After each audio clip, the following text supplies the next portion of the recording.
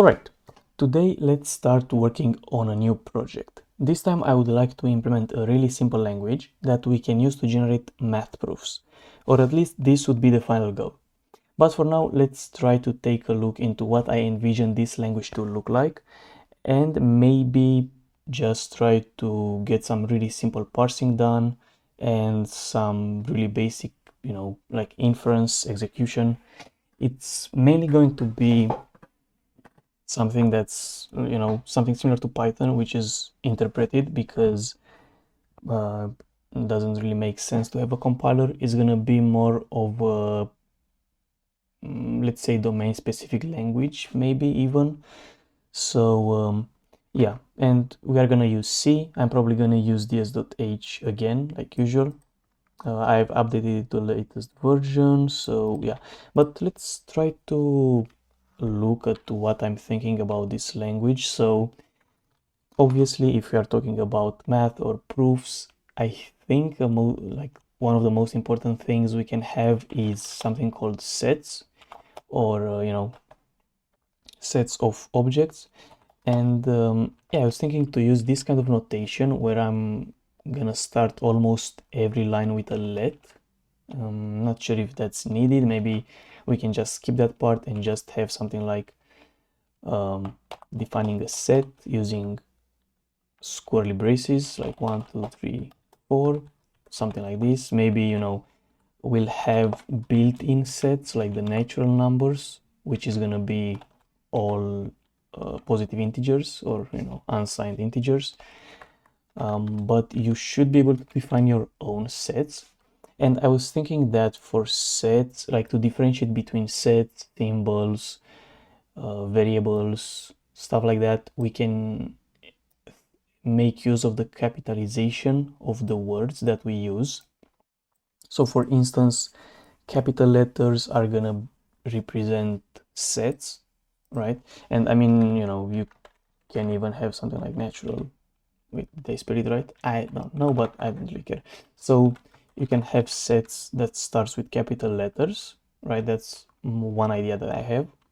Then maybe being able to define functions like f, for instance.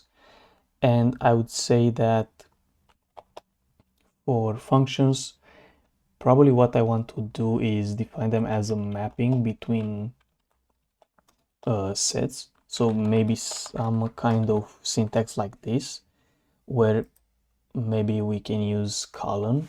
I'm not sure if I want to use equal here as well. That's kind of weird. So maybe having to use colon in this case, and then a name of a set, and you can have multiple like arrows like you do in Haskell, right? So this would be a function that takes in 3 arguments and returns 1 element. Or maybe we want to use parentheses for that, but I'm not sure right now. Like that's maybe something we can think about. But I mean, usually in math you also have things like m squared, like it's a pair. So we can think about that. And obviously another thing that we can have is maybe operators like plus, for instance. And in this case it's interesting. Maybe we are going to have something like this, but yeah, like who knows, you could define an operator that takes in elements from 2 different sets, like set A and set B, and can even return set C. So yeah, that's kind of interesting. And maybe we can have some hard-coded rules like operators are anything else but numbers and letters, so plus like symbols in general. So we can define these things, and maybe we can have things like rules where you can say stuff like a plus b is equal to b plus a. And here I was thinking, how can we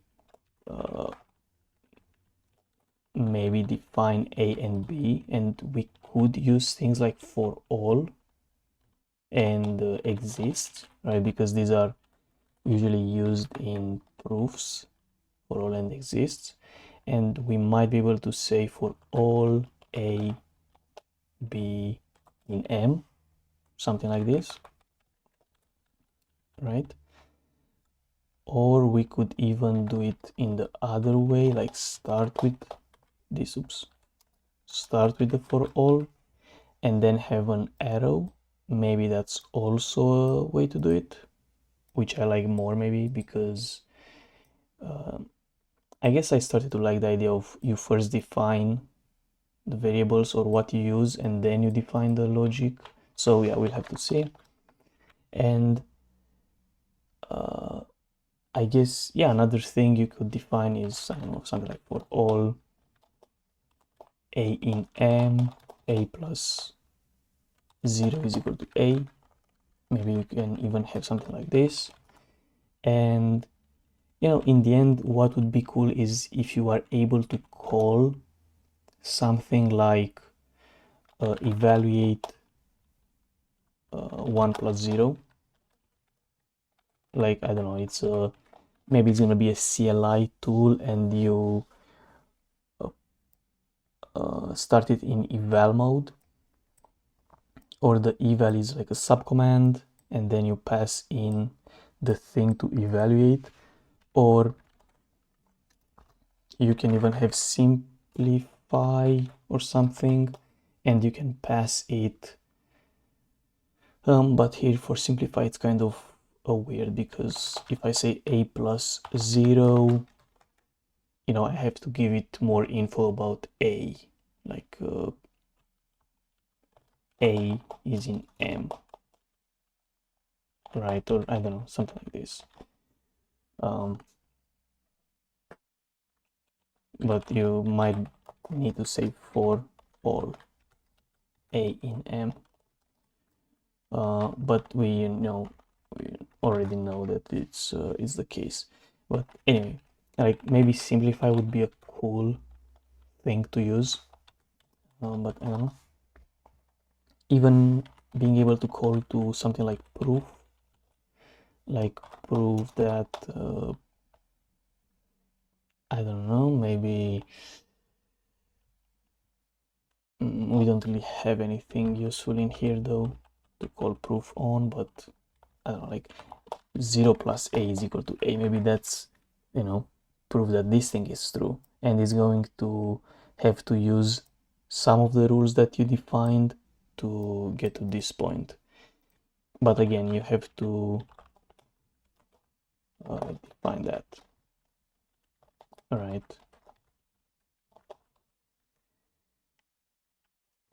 So yeah, proof that for any A in M, this thing is also true. We already have that, and this one, so it should be able to do some backtracking and use this formula and then this formula. So yeah, maybe that's something that we want to be able to do. So yeah, and obviously maybe being able to define f, like f of 0 is 1, things like this. And then maybe you can even have something like eval f0 plus 0 or something. But, you know, we didn't really define what plus does that much, so yeah, again. But I think could be interesting, at least getting this thing parsed, right? And yeah, like could be interesting to think about, you know, the order of the operations, maybe the order of the operations is something like the order in which you define them. So if you define plus first, it comes after f, you know, something like that. So you would have to define multiplication first, right? So multiplication has the highest precedence order and then plus and so on. So yeah, that's also something that could be interesting to think about. Obviously, like using parentheses and whatnot. So that could also be kind of cool. So yeah, let's try to have at least some kind of parsing that we can do for this thing. And yeah, maybe I'll just copy paste this as an example. And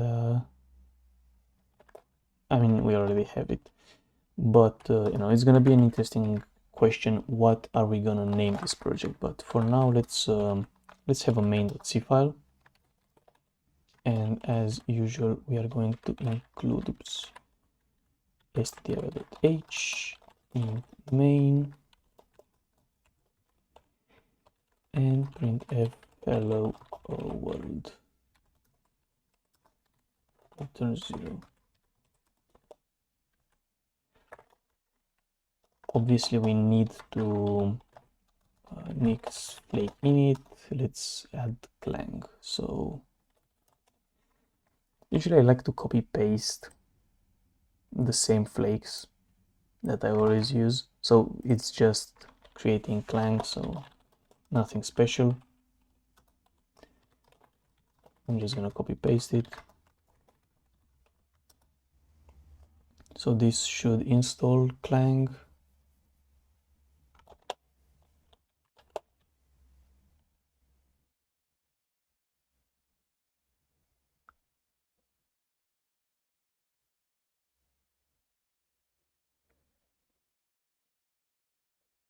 And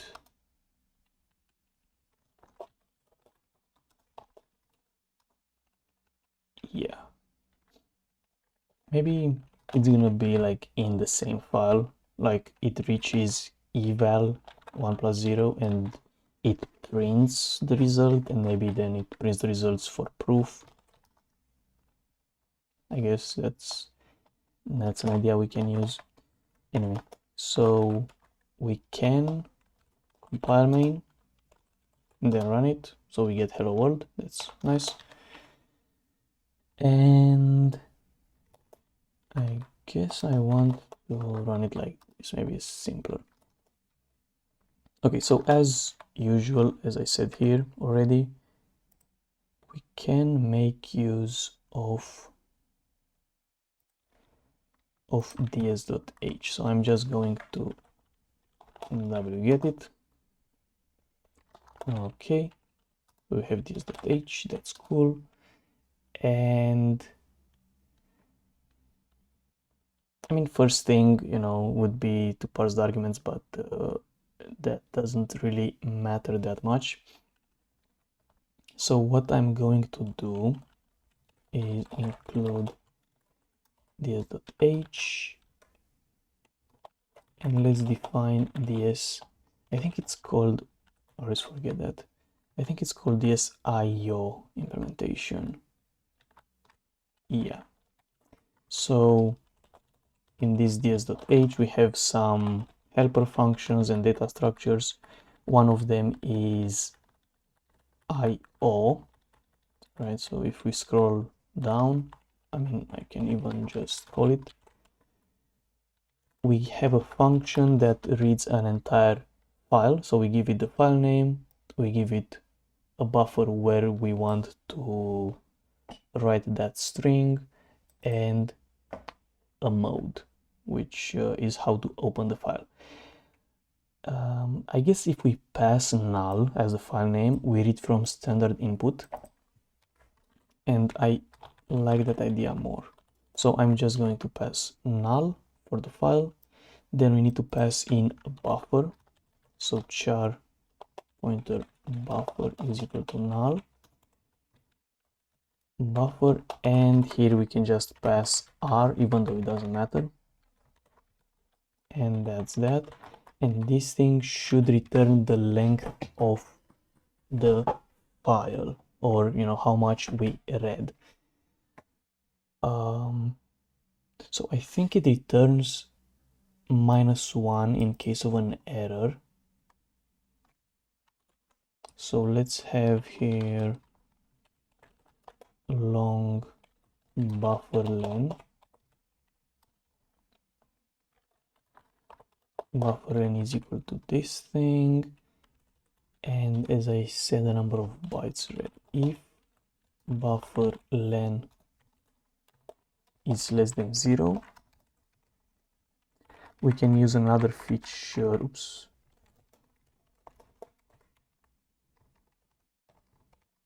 Another feature from the SOTH, which is using return defer, but we need a label with defer, and obviously at the end we can just use ds free and pass in the buffer which was allocated. Okay, and here let's return the result. Not sure. Yeah, it doesn't check that, so maybe I just have to say if buffer is not equal to null, just to make sure that it's nothing wrong with it. Okay, perfect. So maybe something else we can print here is something like this, and print the buffer just to see that we actually read it. And what we can do is just cat the test file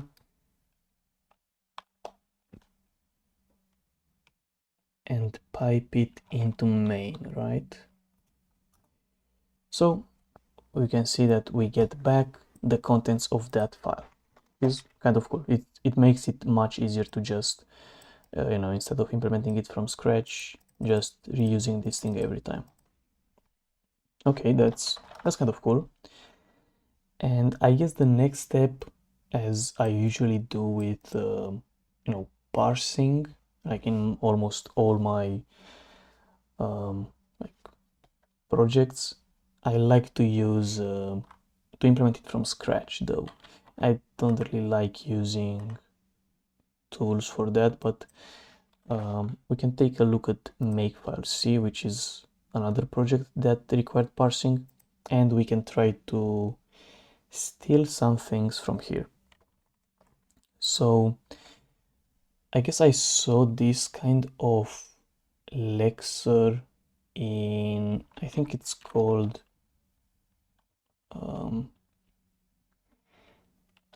it was some kind of compiler in Go,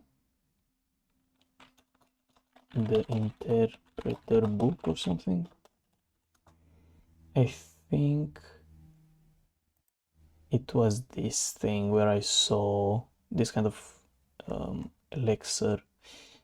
But yeah, I mean, if you want to look into it, feel free. It was mainly the only thing that I copied from there, and I still keep using it because it felt quite natural to do it like that. So I thought, well, why not? So let's try to build that kind of Lexer. So I'm just going to copy paste some things. For instance, let's call this thing, let's call it just Lexer T. I'm not sure, maybe we'll try to implement some kind of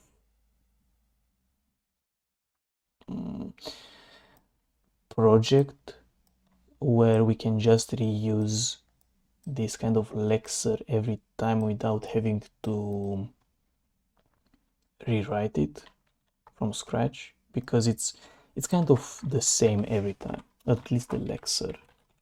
So here we have a string slice, which is basically the buffer. I'm just using string slice because I want to have both the char pointer and the length in the same place. It's like a structure that contains the char pointer and the length, makes it quite convenient. Then we have the position of the Lexer and the read position. These two are basically like one after the other, but I just kept using two variables for it, even though you only need one, but it makes it, you know, I don't know, it makes it, it feels more like easier to read when you use these two things. And then even though we don't need it again, like we only need position, we also have the current character. So it's the current character that is under the read position, which is again kind of convenient to have. Then the first function that we need is being able to, I mean, you know, obviously the first function that we need is initializing the Lexer, but well, let's actually copy paste the init function then. So again, like how do I like to name my C functions is first is the name of the structure, such as Lexer, and then init, which initializes the structure. Then here we are gonna pass in a pointer to the structure so we can modify it, and the buffer. Then we just set the buffer, we set the position to 0, read position to 0, and the character to 0. And here you can see that we make a call to something called Lexer read, and this function is supposed to make the first step in our character buffer. That's because if you think about it, you know, you don't want to start with position on 0, you want to start with at least one of these things on 1. So that's why we need this Lexer read. So let's copy paste these two. And just because in C you have to declare the functions in the right order, you know what I mean? Like if I declare them below Lexer init, is going to complain that it's not defined, it's like defined after it's being used, so that's kind of annoying. We'll have to copy paste them here.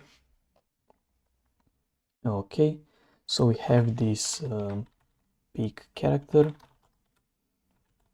Lexer T, and you can see that we don't change anything when it comes to these functions, just the names, because I like to use different names. But again, maybe we can even just have some kind of, I don't know, library for this thing. We'll see. Then we have the read function, and the read function basically, okay, let's finish the errors, and now let's go through each one of these. So pick character, obviously it's supposed to give us the character under the read position, right? And if we are out of bounds, it's going to return end of file, right? Hopefully it makes sense. We just want to get the character that's under read position. Then when we do read, we want to advance our Lexer, so we take the character under the read position and we store it in CH, and then we advance the two positions. And here you can see that the positions are basically one after the other. So again, we only need one, but it's a bit more convenient to have both of them. And obviously we have to also return the character because this function returns the character. Okay.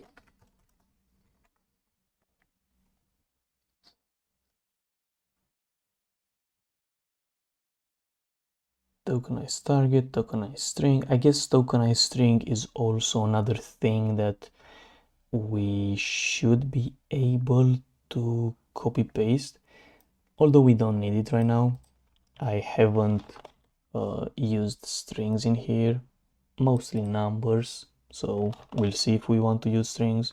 I mean, would be cool to have strings, but we'll see. Then we have this Lexer next function, and this one is the interesting one because at this point we have to change things around. Like this is the part where we cannot really use the same code anymore, and yeah, we'll have to think about that. Okay, so that's where we're gonna need some tokens. So we'll have this token kind, and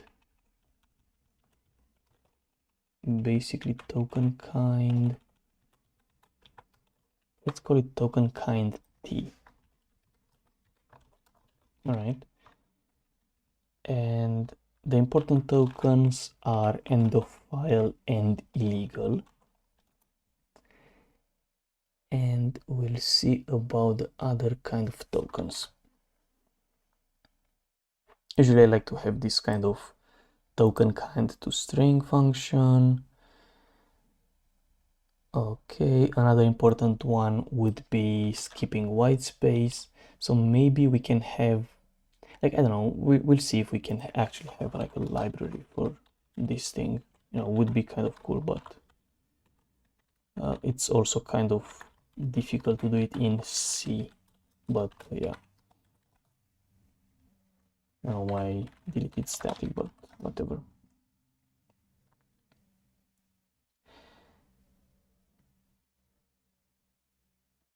Oh, I wanted to delete the make from the name. Okay, Lexer skip white space.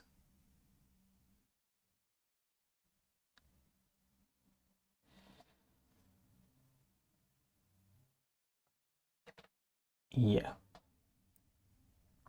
So basically this next function, oops, we want to first rename these things and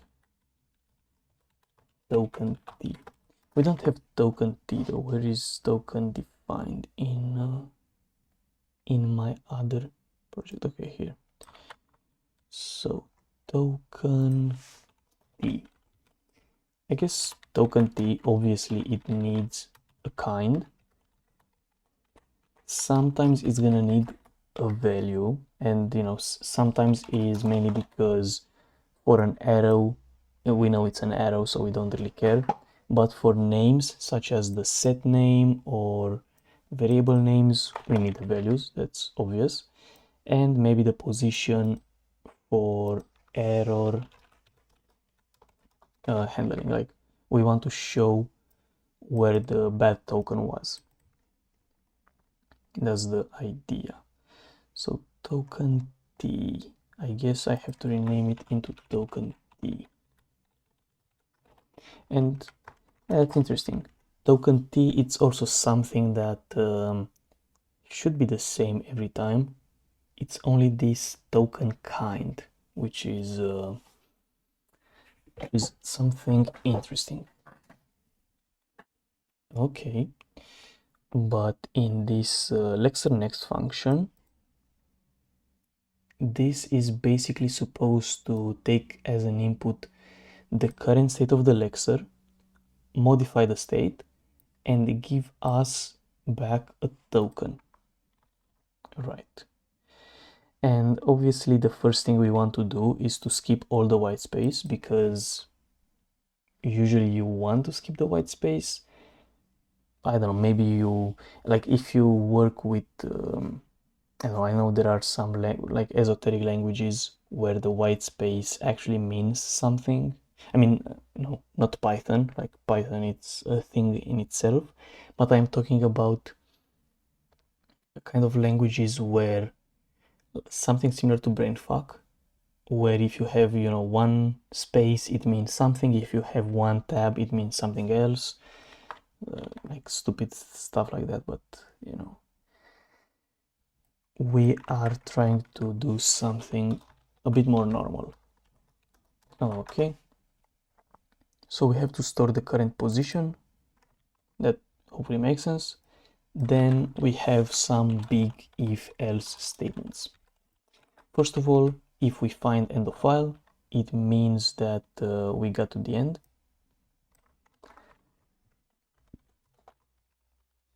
Okay. So here, I guess this extra read is kind of useless, but yeah, like whatever. Then we are going to build a token. Something that's interesting, I guess.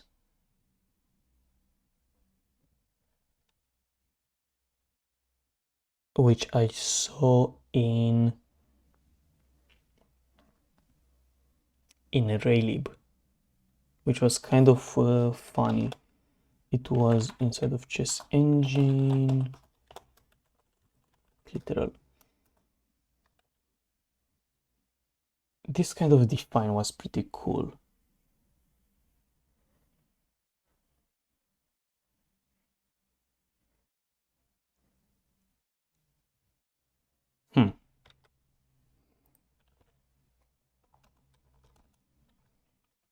So maybe I want to use this kind of thingy.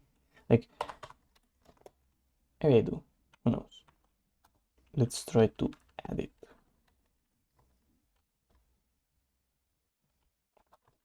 So define literal type.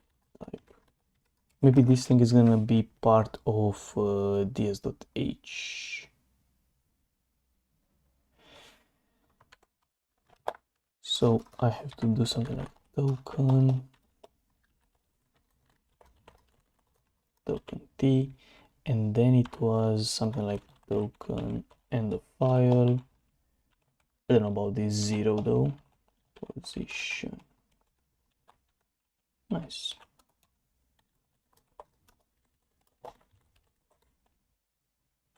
And then return result. You know, that makes it a bit shorter, right? Even though I'm pretty sure you can actually do the same thing. It feels a bit better somehow, I don't know.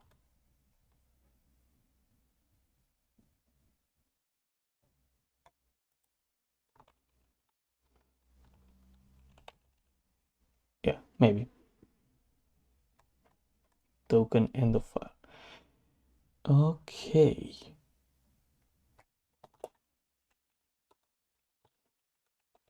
All right. Because I'm pretty sure you can just go inside of token and then put here dot kind, dot whatever, and so on. So yeah, probably is the same thing. But anyway, so that would be the first step. If we find end of file, we just set the token to end of file.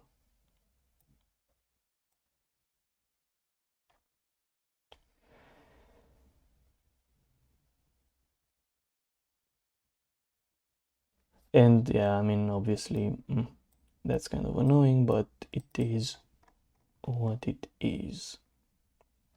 I could have some defines for the tokens. I'm not sure though. Let's keep it like this for now. Okay.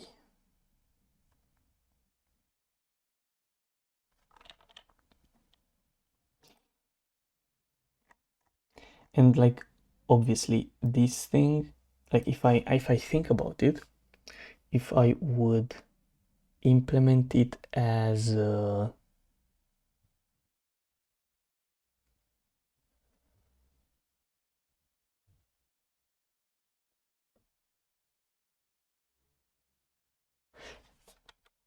like some kind of library.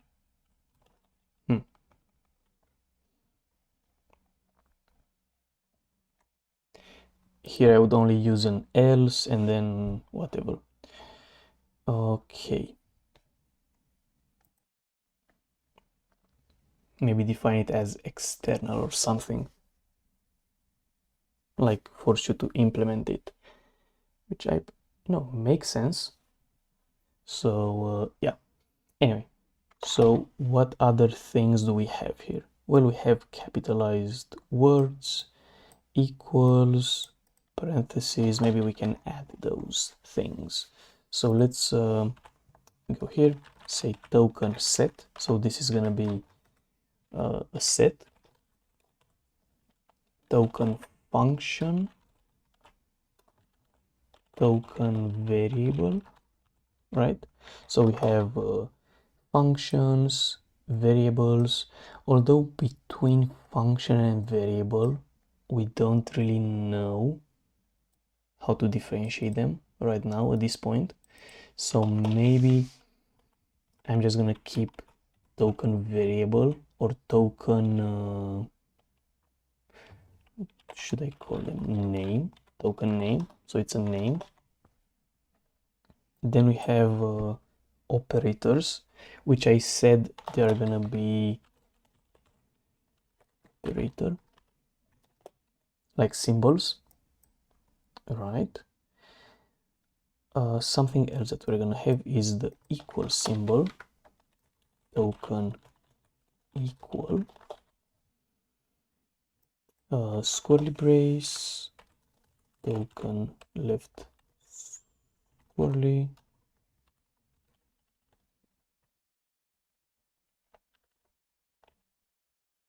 wait, it's called the brace, right? So left brace. I'm not gonna use that. Token R brace. Okay, we have commas, token comma, token semicolon. I guess it makes sense. Semicolon. Wait, no, it's colon. Token colon. Okay, token arrow.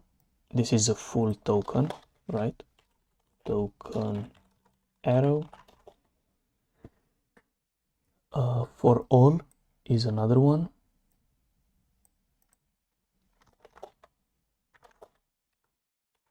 Token for all. Token exists, right? Which these are keywords, so we need to define them as that. So for all commas, I mean, we have another kind of arrow. That's interesting.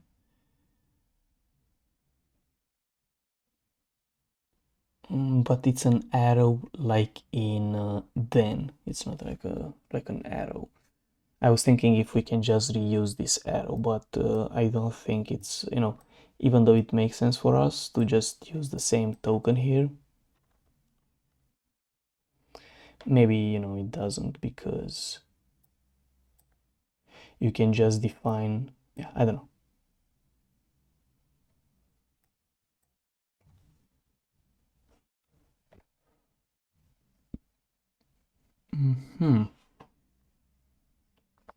Maybe it's just then.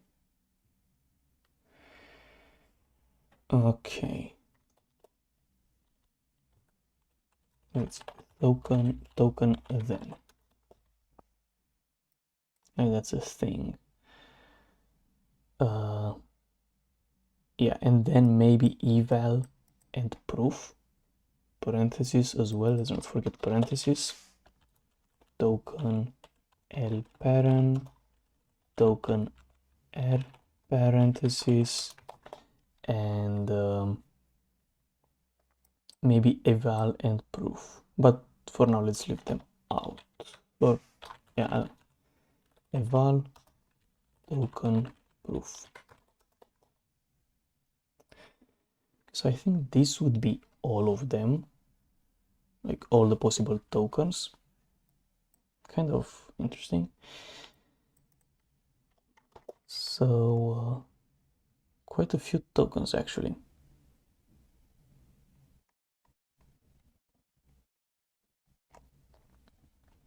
And obviously the idea would be to just right here. Yeah, another kind of token, which totally forgot about it, is numbers, obviously. Token number. Token number. This one is interesting.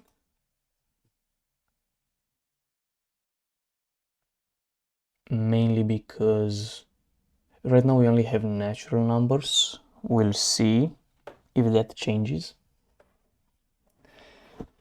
So yeah, but it's still gonna be in the same category, so it doesn't matter.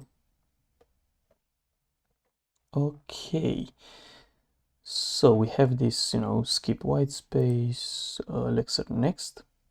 So for Lexer next, we should just try to do some stuff like else if and so on. Not sure how do I want to sort these things.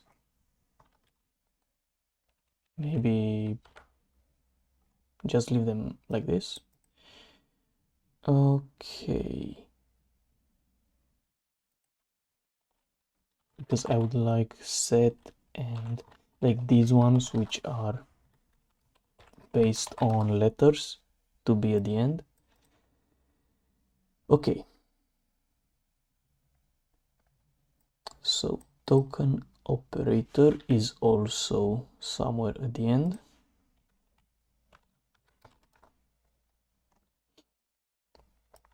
So the first one, it's equal, it's not that simple. Let's keep it with then because it's similar to then. And let's have L brace, R brace, L paren, and right parenthesis first. These are the simplest ones. Comma, colon, arrow,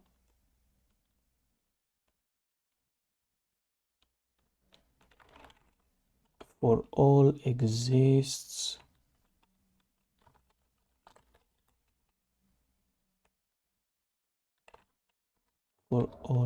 then eval for all proof.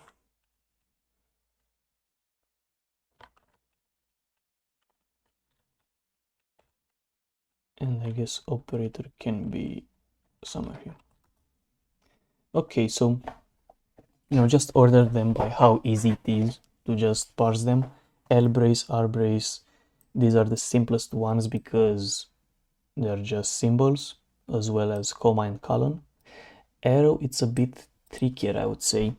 What's interesting about arrow is it kind of messes with symbols. Right now I'm not sure if I want symbols to be multi-character. Probably I do, so that's gonna be fun. Equal and then they look similar because they both start with equal, right? But then also has the greater than symbol, so that's gonna be interesting. How do we separate between them? And also with arrow, it's that if you do something like this is an operator basically because it looks strange. So yeah, that's gonna be the interesting part. So if we go back to our Lexer, let's add else if. So if the current character is this thing, another thing I would like to do maybe, although I'm not sure.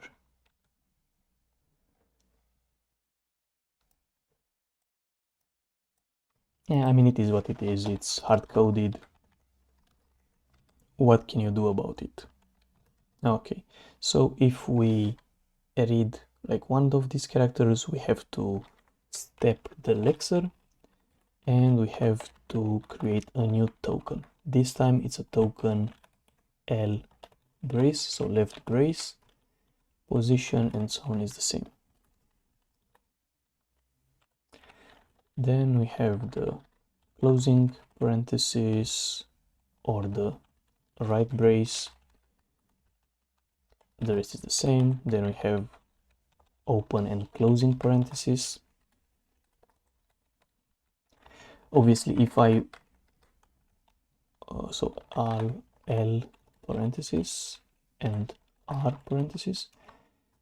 If you remember from like the old compiler videos, I usually like to run the code as often as possible. I think that's a really good practice. So let's also do that here, because otherwise, I would be showcasing something stupid. So let's also doing unit tests, but too lazy for that. But I think it's a really good practice to run your code as often as possible. So we have the token kind. Let's build this switch statement, populate. So here I was just doing return end of file, right? That's okay, end of file with some, just want to have it the same. Return illegal, return arrays. I know it's looking kind of the same, but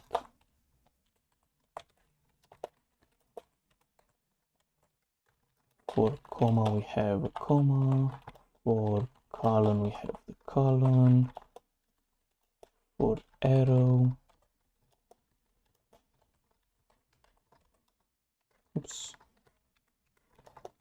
return the other arrow. Here I think I'm gonna say number, like this. Operator set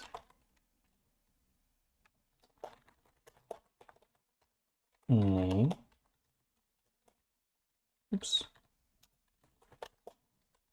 for all,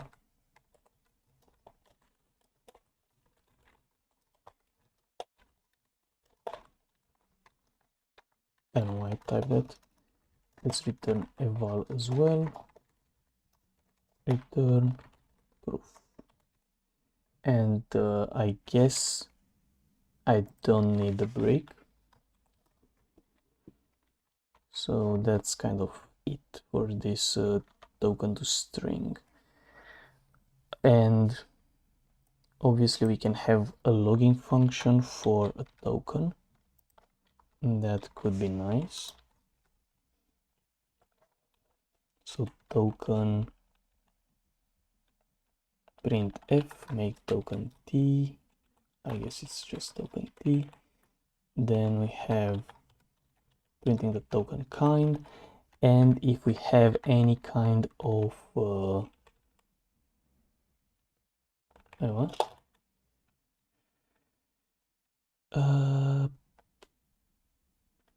it's complaining about that.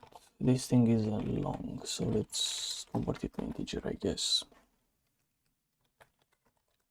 So yeah, if we are printing the token kind, and if we have any kind of value inside of the token, we also print that.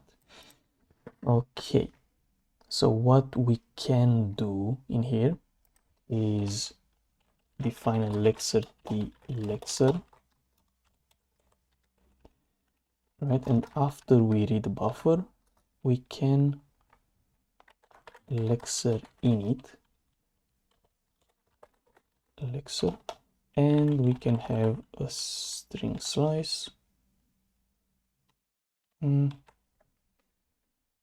I guess literal ds string slice. It's still kind of hard to do.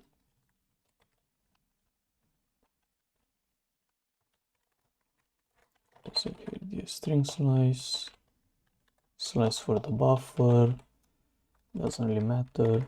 String slice init, right? Because we have a null allocator, so we want string slice, buffer, and size. So slice, buffer, and buffer length. I guess here is just slice, right? Yeah. And Then we can do something like while Lexer next, and I think Lexer next returns 0.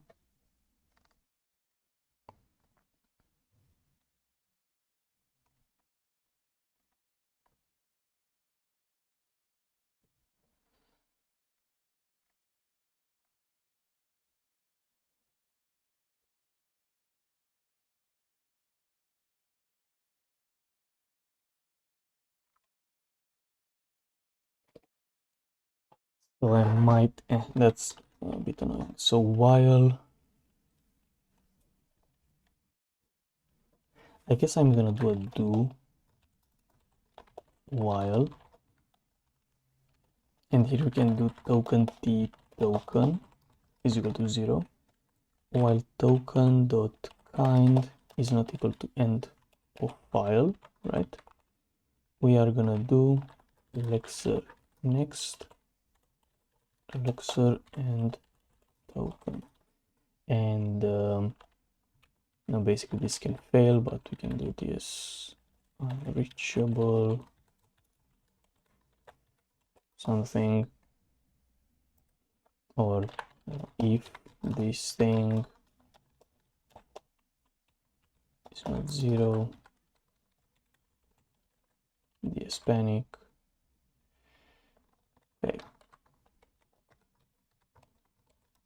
Okay, and otherwise we could just token printf or something.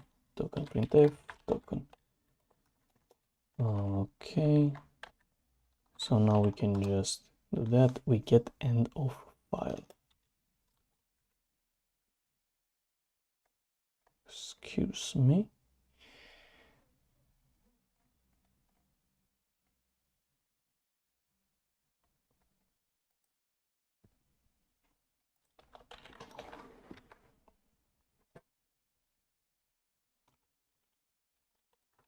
Lexer next. Let's see, I don't know, the current position of the Lexer. So Lexer position after we, or I guess, you know, before and after we do that. Makes sense, it's 0. Wait, what? Yeah, it's 0. The position, but what's the character? That's also a good point. 77.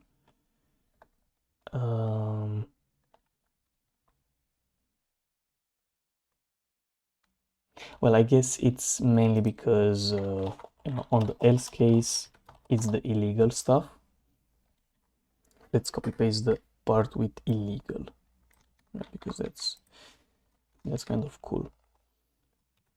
So if we get any other character beside parentheses and so on, we are going to say that that character is illegal. So let's do here token is literal. I don't know why I put parentheses. Literal, and make token illegal, slice position. Oh, it's a token T. Okay, but we still return 0 because we don't have an actual error like memory allocations or something. It's just that yeah. And in this case you can see that we put in here some value because we want to show that that character is illegal, so it's gonna be illegal for almost everything, right? But the cool part is it doesn't stop, so it's still going until the end, which is kind of cool. Okay, so which means that we have to add you know, commas, columns, arrows, so on. So let's do next. What was the next one? Column, comma, column.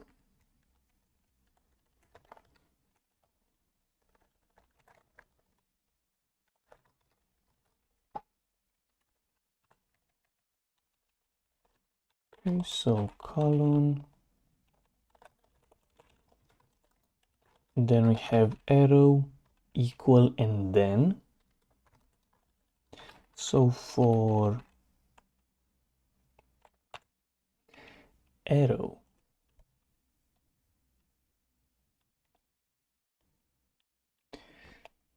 arrow is quite interesting. I guess all symbols are interesting if I'm thinking about it. Maybe it's easiest to just have them like this. So we'll have a separate function for operator, right? Then a separate function for number. Yeah. So in here, I guess this one was really simple, but we have this function, so that's cool. We might have some kind of function in C types. Is symbol is, I mean, we have is space, right? From C types. We have this is punct, which I'm not sure what it does. Is digit, is control. I'm not sure what punct, like punctuation. But yeah, I mean, C type is kind of useful. But we can define our own, like we did with is target ch, right? So I'm gonna take this function and I guess I call that boolean.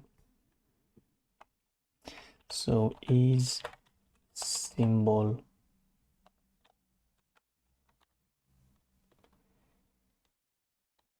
yeah, I mean is symbol, it's good enough.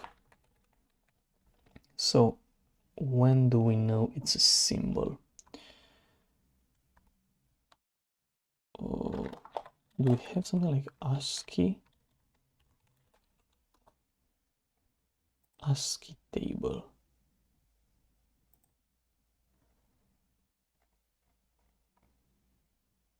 Like I'm curious if all of these things are right next to each other, but not really.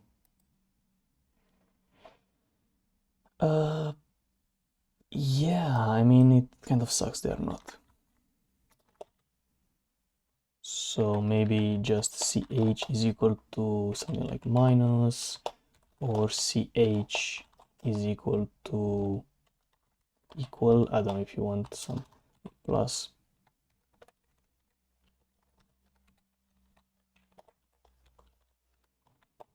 Or ch is equal to star. Yeah, it's kind of annoying, like that you have to define all of them like this.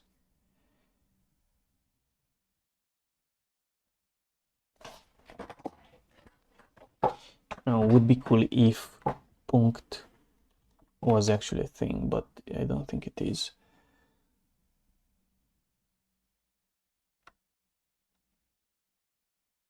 Well, I guess, easiest thing would be to do something like is al num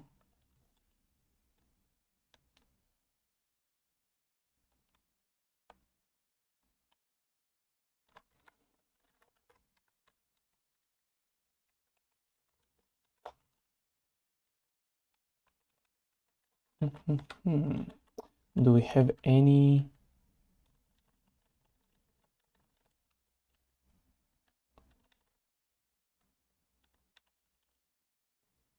not really, we don't have any useful stuff here.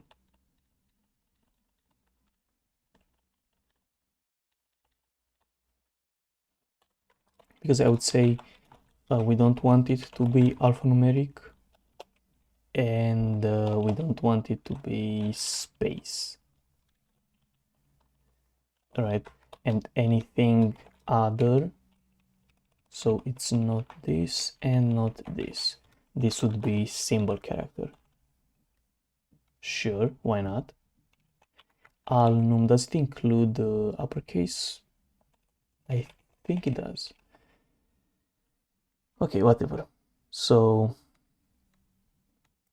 basically, if is a symbol Lexer ch, we'll have to apply a different function here, like we did with the make file stuff. So that would be tokenize some kind of thingy. So Lexer tokenize symbol. Right, so we have to define this function. Let's go ahead and do that. Lexer tokenize symbol. I'm curious if yeah. So we want this kind of stuff. We want the default return result.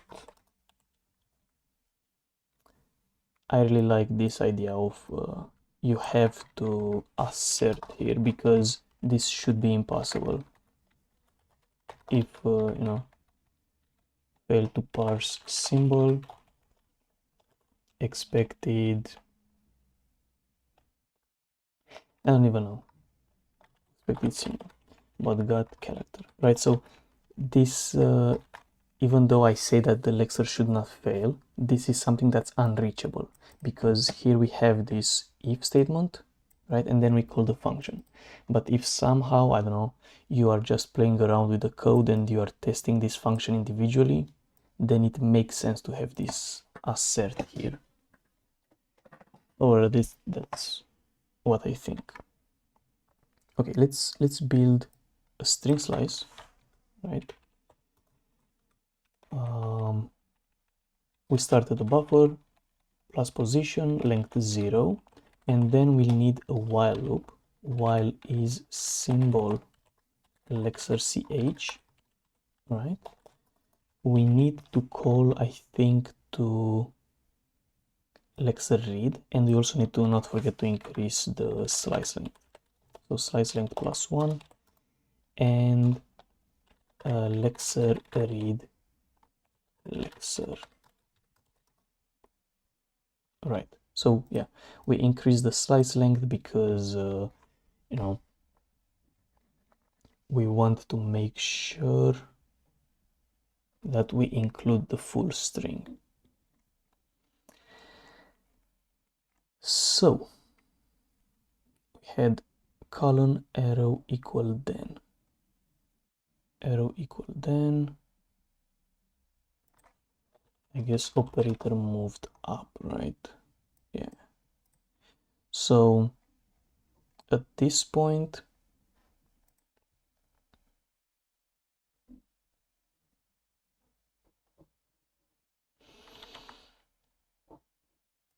we could do something like this and say that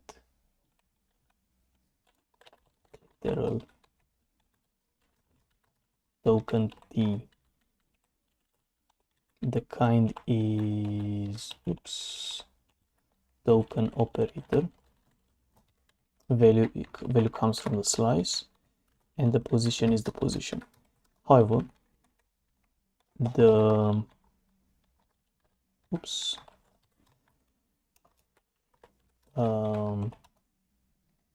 this token could also be an arrow or an equal symbol or the then symbol. So we need to make sure that it's not one of those. So I'm gonna do an if here. So let's do this string slice equals, and we need the string slice, and this string slice, we could just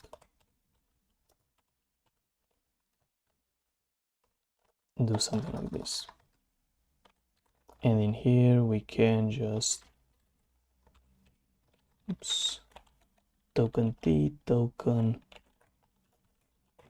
equal and 0 as the value. Then we have an else if.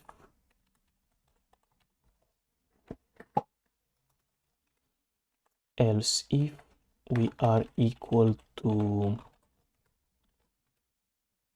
but I mean, at least let's just use the right order. Okay. So I'm just gonna move this one like that. So if it's an arrow, we want token arrow.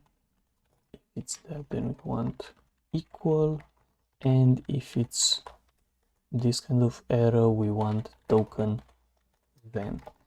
Otherwise we do the operator. Okay, hopefully this makes kind of sense. So this would be tokenizing a symbol, because these are also symbols. Now thing is,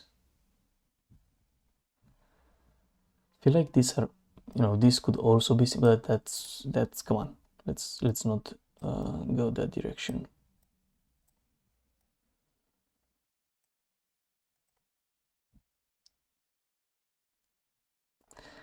Like maybe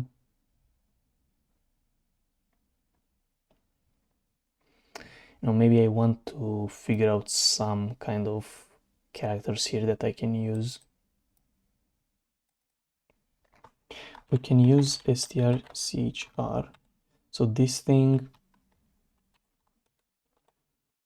searches for a character in a string, but what I don't remember honestly is what does it return when you don't find anything. Is it null? Yeah,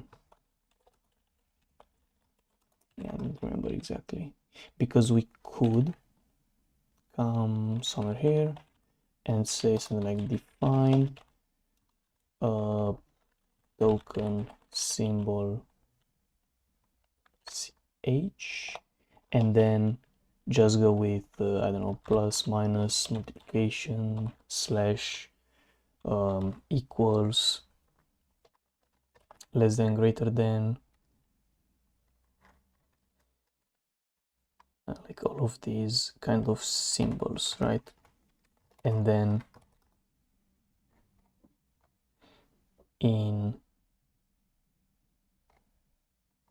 here we could use strchr. Strchr null.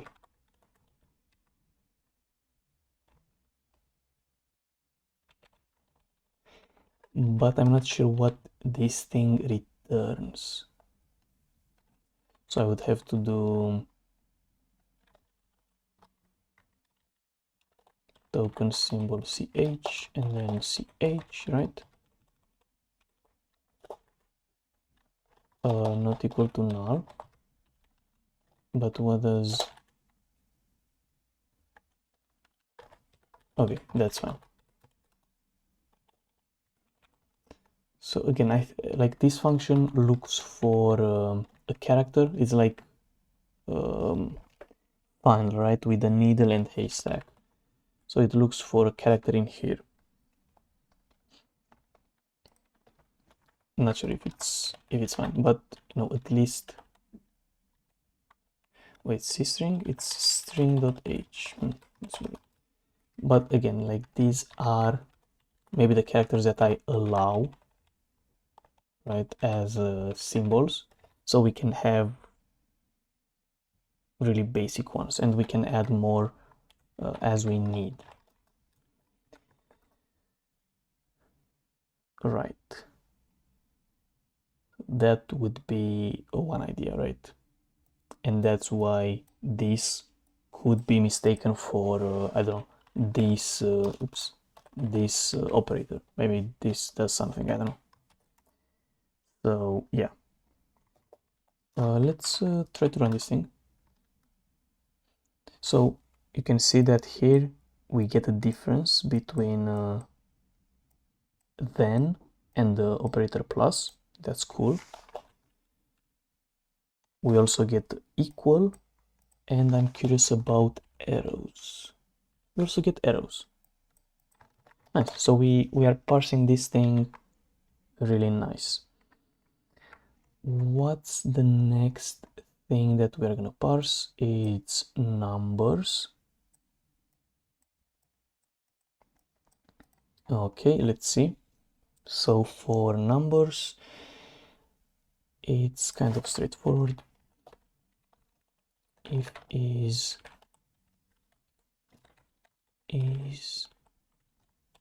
digit.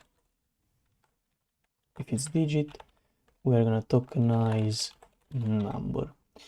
And the thing is, for now, let's just focus on natural numbers, because why not? So tokenize number, fail to parse number, expected, I think it's 0, 9, right?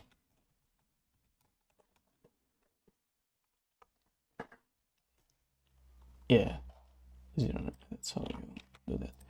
But I got a character. Okay, fine. Then we do this part is digit, and at the end we have to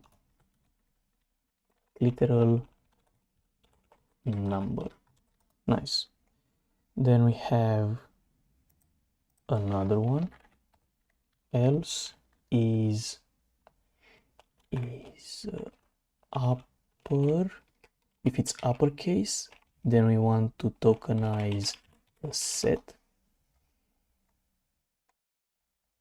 Okay, and for a set, that's gonna be interesting. For a set, we only care about the first character, so is upper, fail to parse set, expected capital letter, right? And then we don't really care what we get here. It can be is alnum, right? We can get anything there. Token set. And the last one is, if we get a lowercase, is lower. We are gonna parse, and now this one is interesting as well, because it's not just names, is also keywords. So let's say here, let's leave it as parse name, tokenized name, or whatever, and we'll see. So let's copy paste the symbol one again.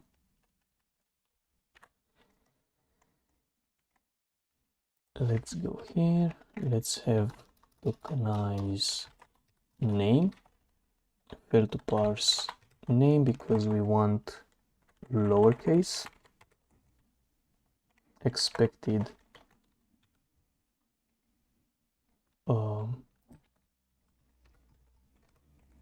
AZ, then we read this thing, and like here I know we are using some magic strings, but whatever.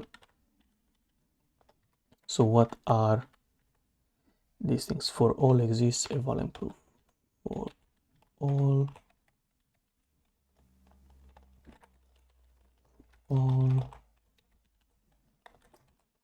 exists, then we are doing exists eval, the fuck, eval, and we also have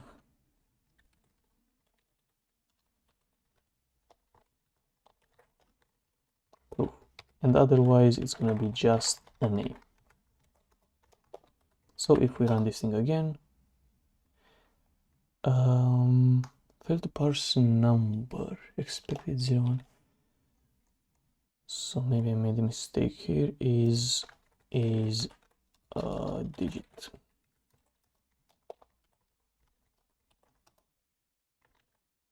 Okay, but I forgot to change it here.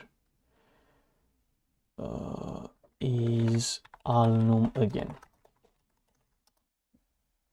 Right, so now at this point we are able to tokenize the entire file, which is kind of cool. I guess next step would be to build some kind of AST. Although, is that needed? That's a good question. But probably it is needed at some extent, right? Because we basically have some things like for all, which define variables a and b, and we need to know once we look into the formula, and we need to be able to say, okay, are all the variables from here defined? Then we need to make some type inferences like, okay, plus is an operator, looks like this, are the types okay? And afterwards, that formula gets validated somehow, and it can be used in evals or in proofs, right?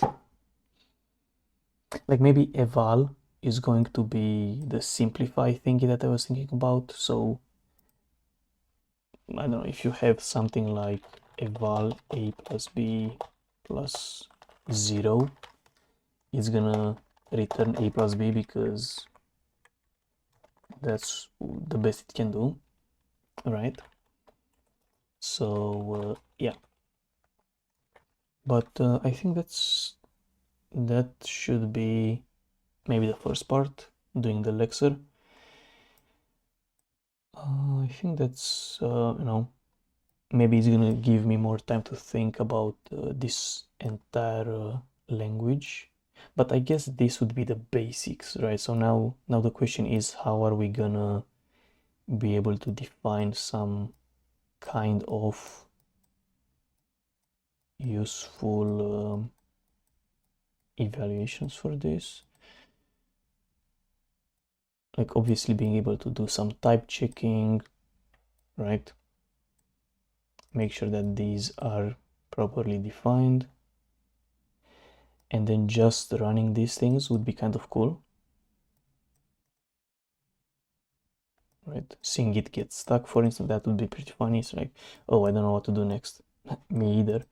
So yeah, I think that would be all for today. So we are able to basically tokenize this language, which yeah, I mean, should be a good start. So we'll see what we can do in the next episode. So see you.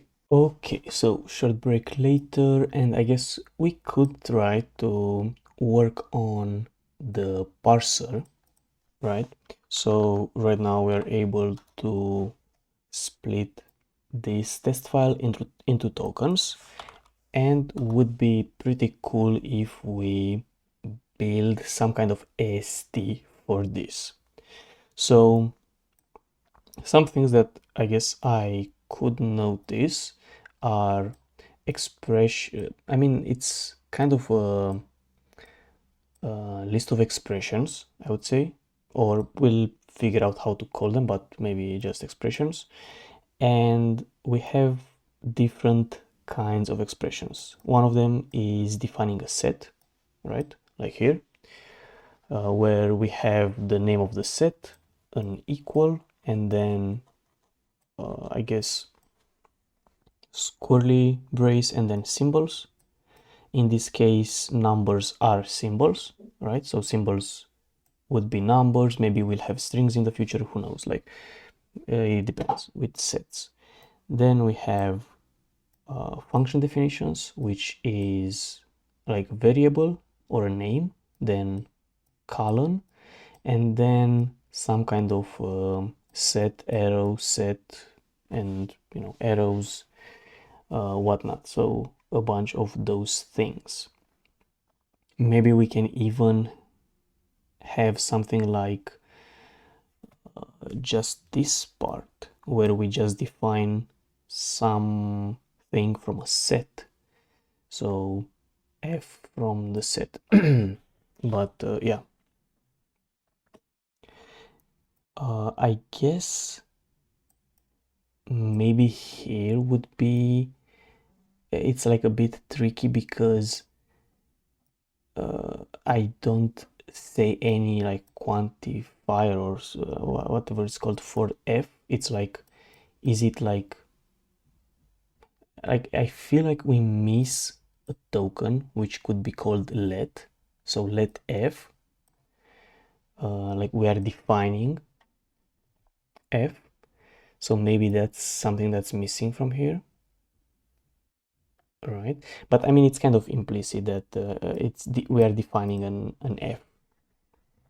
Then plus, which is an operator. So the same thing can be done for an operator. However, for an operator, I think I want to have only binary operators. But you know, that doesn't really matter right now. It's like the same thing. Functions, variables, operators, they are defined the same. And then we have these kind of then statements. So it's a list of for all or exists. Then we have a list of variables, a colon, and then a set. Then this arrow, which is a then, and then some kind of expression. So maybe this can be an expression, right? And then we have another for all, and then we have some other kind of expression here. Okay. Or maybe these are statements. Feels like they are statements. Right.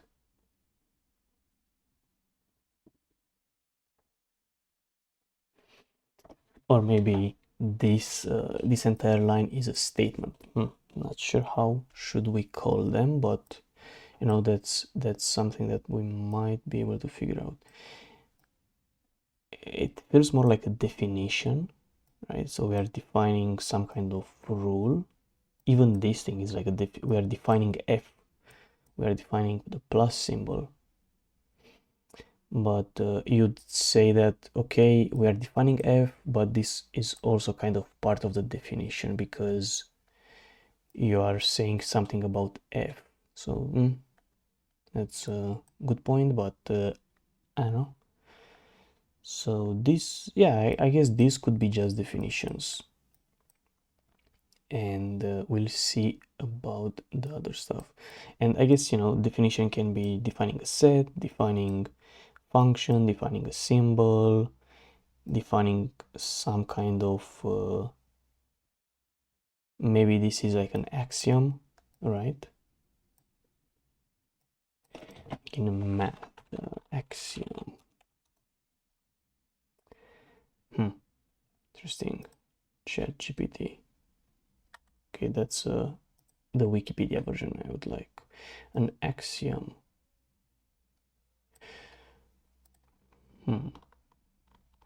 So it is a statement, but it's like it is taken to be true, right? So we could say that it's an axiom.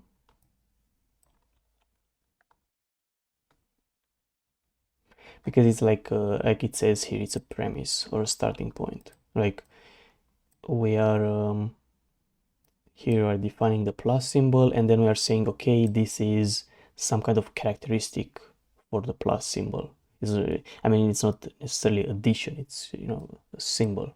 And then we have some kind of starting point, like this is one rule about plus that we, you know, we assume it's true, and then we base all of our next things on top of it. So I guess it could be called an axiom, I Yes. But I feel like a statement, it's fine, right? Like calling, okay, this is a statement, this is also a statement. Like we are using these as starting points, but they are just statements. Okay, fair enough. So I guess then a statement, what could, like in the general case, what would be a statement? So I guess it needs this expression, like at least one equal, a thing with an equal. Feels like it needs a thing that has an equal, right? And an optional list of precondition, or what should we call them? An optional list of things that happen before the expression. So that could be the definition of a statement. Okay, that's fair. That's fair. So again, should be pretty simple to create the rules for the AST. Now, making the parser, obviously pretty straightforward if we are just gonna copy paste these things. So I guess, I mean, let's just copy paste. So let's go into main.c and let's continue with copy pasting some stuff. So parser t, that's the first thing. And again, I think I'm gonna try to, or at least, we can make that together. We can try to do a separate part where we are gonna try to build some kind of general parser tokenizer that we can use from ds.h. Why not? And we'll try to, I don't know, implement as quickly as possible a JSON parser or something on top of it, so we can prove that it's easy to use, you know. But for now, let's just continue with this approach, which, I mean, it's pretty straightforward as well. So when we are doing a parser read, right, it's kind of the same idea like in the Lexer, right? We are trying to advance to the next token, but we also keep a next token for being able to pick. So that's why I'm doing here with Lexer next. Okay, let's take a look at initializing a parser. Oops, so parser init. Obviously it requires Lexer. It says that, and it runs read twice. Why does it run read twice? Well, hopefully it makes kind of sense.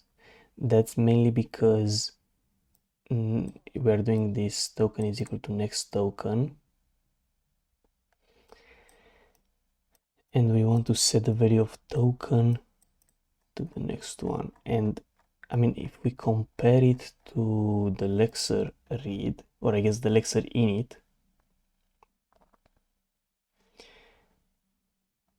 here we were doing peak,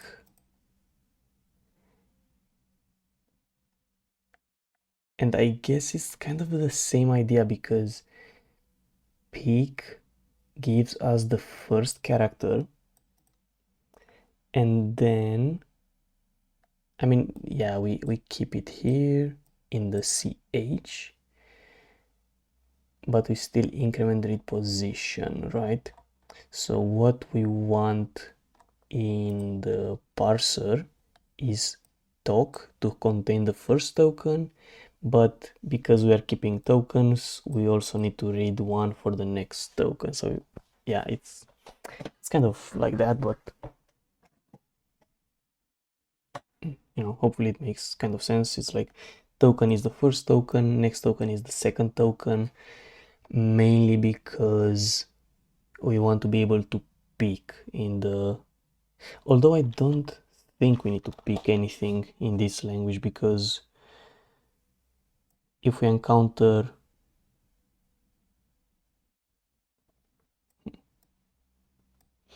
a set symbol, then we know it's a set definition. If we encounter a function, now that's interesting. If we encounter a function, we don't really know.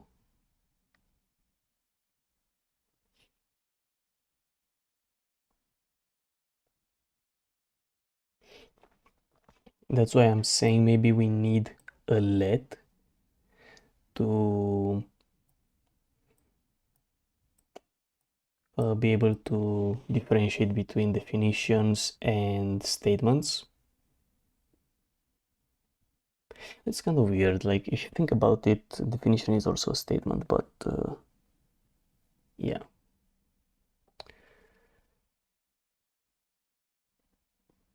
Like even this thing, you can think about it, okay, it's a statement, we are assuming that M is a set that contains these symbols, so it's also kind of a statement, if you think about it. And maybe even here, maybe we want to replace the columns with equal, like f is a function that goes from M to M, we assume that. So yeah, maybe we want equals here, and then colon is just you know, set contains symbol. I don't know what this symbol element of, right? This symbol, it represents because you know I don't want to use this characters. Imagine having to use, what's that language called? APL language. Yeah, this crazy language where you have to use weird symbols. So yeah, so I guess we could replace this with equals. So yeah, guess it makes sense. And then we'll have left hand side and the right hand side.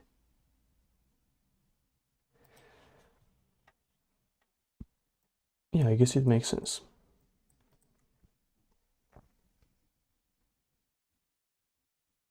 And everything is going to be a statement. Okay, so let's try to go back to test. Okay, let's just replace this with equals. So again, this now means that f is a function from M to M instead of using columns there. And colon is going to be used as a in, basically, right? Element of or something. Just because it's it looks familiar, right? It looks familiar with Python or other languages that use like typing, because you look at this and you're like, okay, it's like the type, right? Makes it a bit more familiar. Even the arrow between here. But yeah, that's why it's kind of annoying that I cannot use column there, but yeah, maybe this is the better way to do it.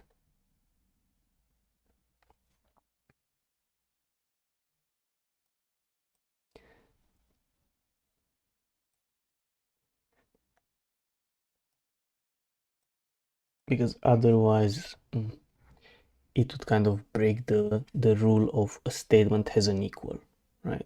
That's the only thing.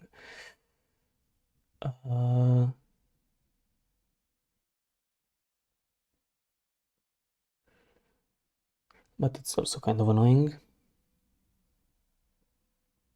because you could even have something like x is in M, but you'd say exists x in M, right? And then you have the then. Okay, maybe there is some kind of exists f such that it's this type. Maybe that's the better way to do it. Exists plus with this kind of definition. But then we are missing the then thingy. But maybe the then is not required as well, right? Maybe we have maybe it's like how do you say it? It's not a, it's the reverse of a XOR. It's like you need, oh, it's an OR, right? Basically an OR. You need the first one, the second one, or both of them. You cannot have neither. Maybe that's the way to go. Okay. Okay, I guess. So let's see if our thingy still works in the test. So exists, we already have it. I think I'm fine with it, right? So we say that there is an f with this type, but we don't really have a then.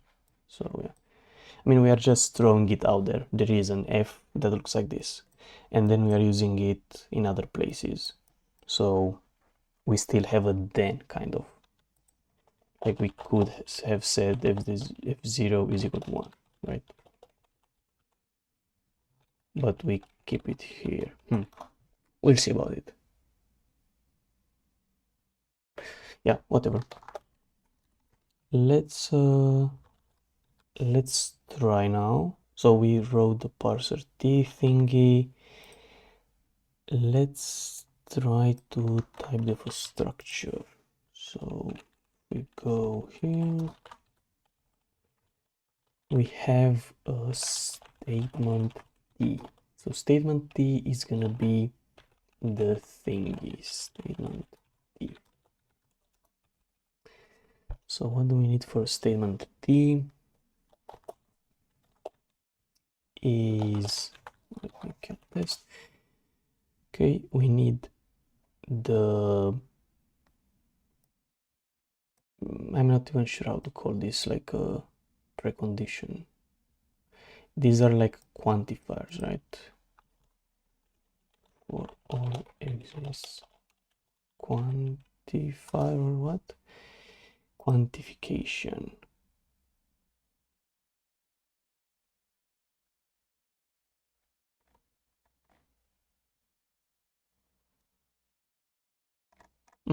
Not sure how to call them, but they are basically like conditions or something. Okay, and then we have an expression probably.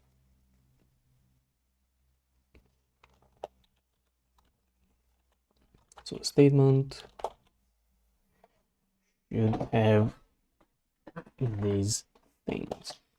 Maybe I'm just gonna do type def struct expression t. So this is gonna be the expression t pointer expression. So this is the right hand side basically of the then. And we also have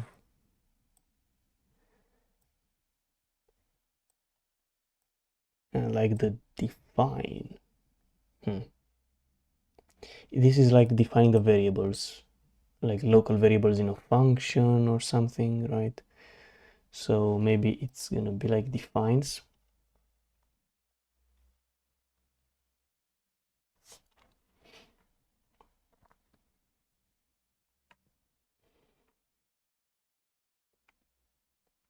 But yeah, it feels like it's like quantifiers or something.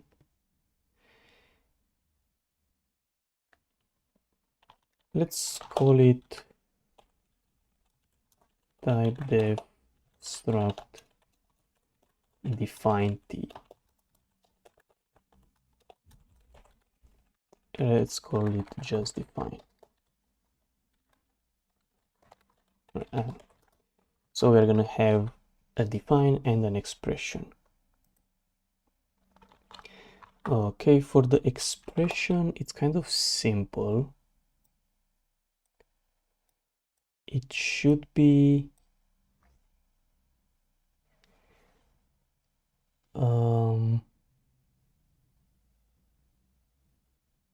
it's interesting. It should be two expressions, left hand side and the right hand side. I guess for the expression, we also need the expression kind. Expression kind.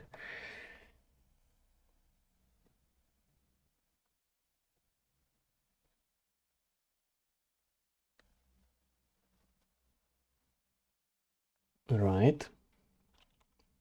Some kind of expression kind.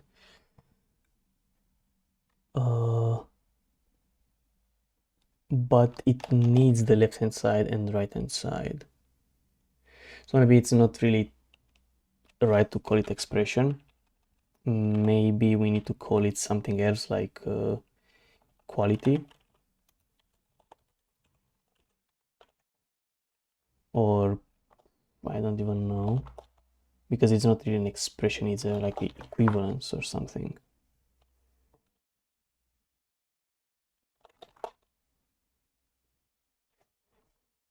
So this is a full statement, this is the definition, and this is like the quality of that statement.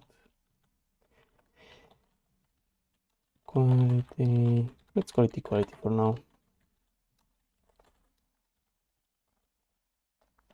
So we need that type def struct equality t. So an equality needs two expressions, I guess. Expression t. I'm not even sure if I want to have them as pointers, but expression t pointer right hand side. I guess why not? The main reason I would put them as pointers in statement is because they can be missing, right? But in an equality, they have to be both. So it's like it is what it is. Okay. Now it's maybe interesting, like maybe we can look at define first.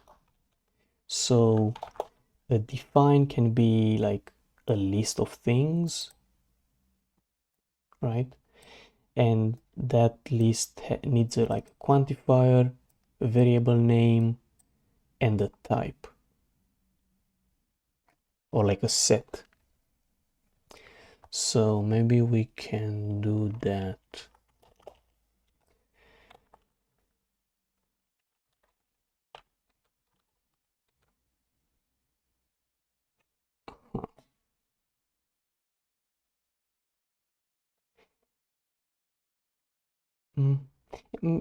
I guess we could have started with the beginning, like trying to define a single define. So as I said, it needs like a quantifier. So that's gonna be either for all or exists. So type def enum quantifier. Was that what it's called?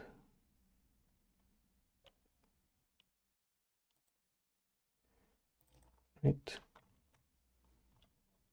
It's like universal, like any or for all, and exists. So let's just do that.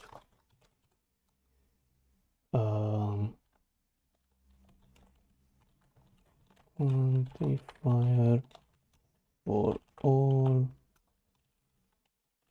for exists, right? For t, I guess. Then this thing needs a quantifier t. Quantifier. It also needs a variable name, or like a name. And I guess string slice name is enough. String slice name should be enough. And then it needs a set. Maybe a set t. Or like doesn't type t. Maybe we want to call it a type because sometimes it can be like with arrows and shit. So maybe it's gonna be a type t. So we can even type the struct.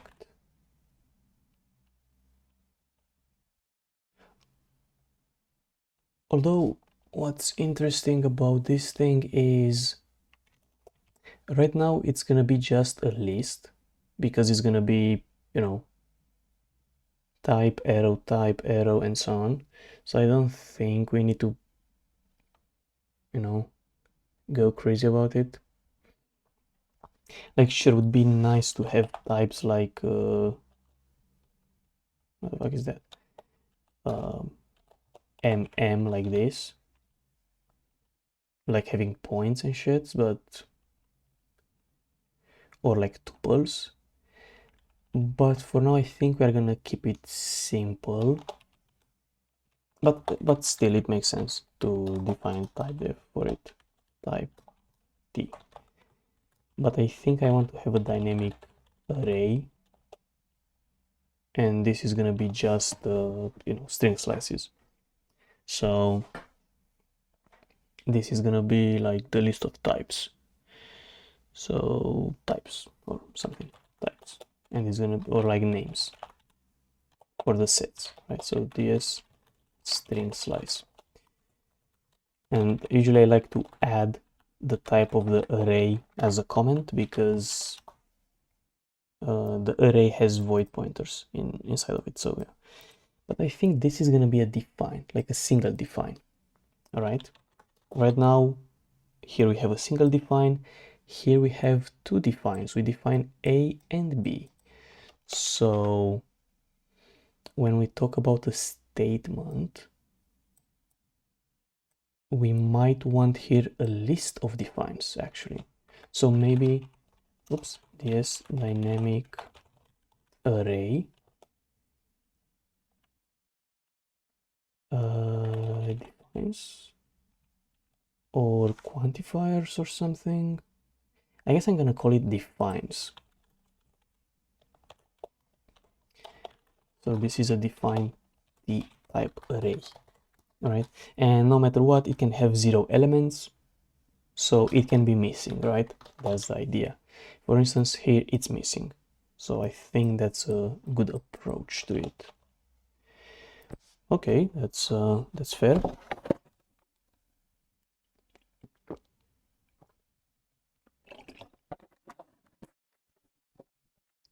What about the equality?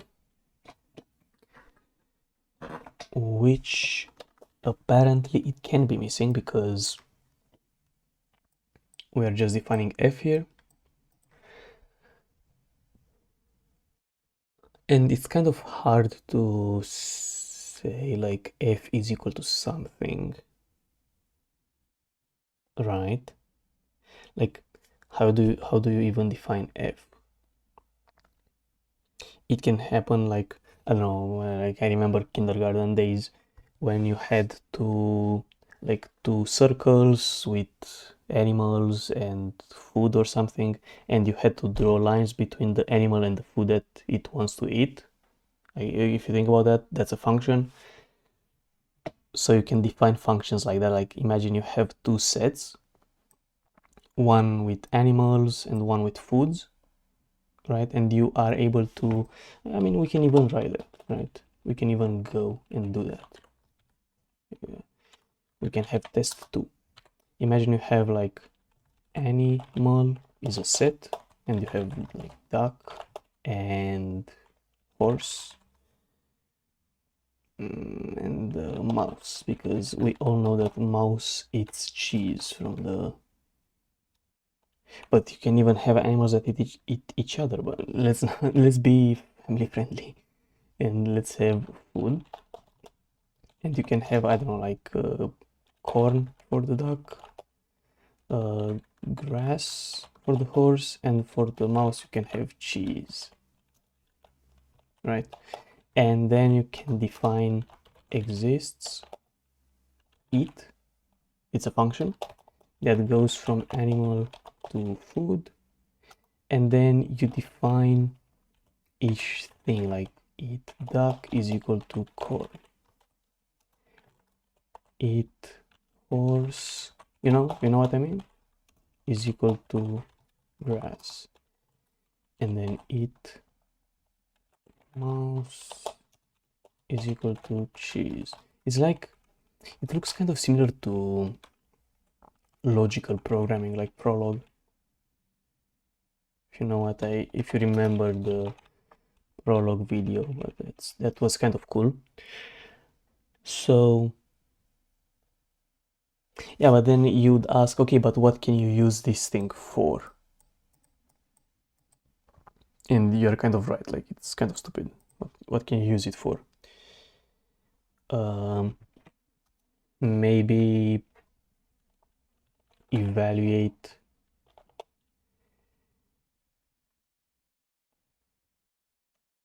now that's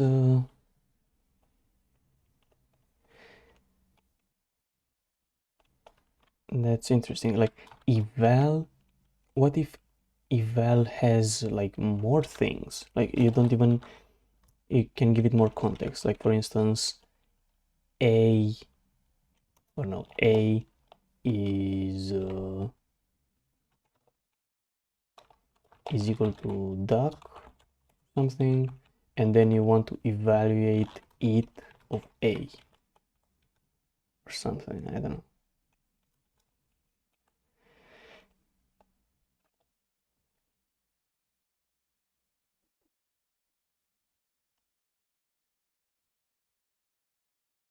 Right, like I mean, you get the point, like could be more complicated things.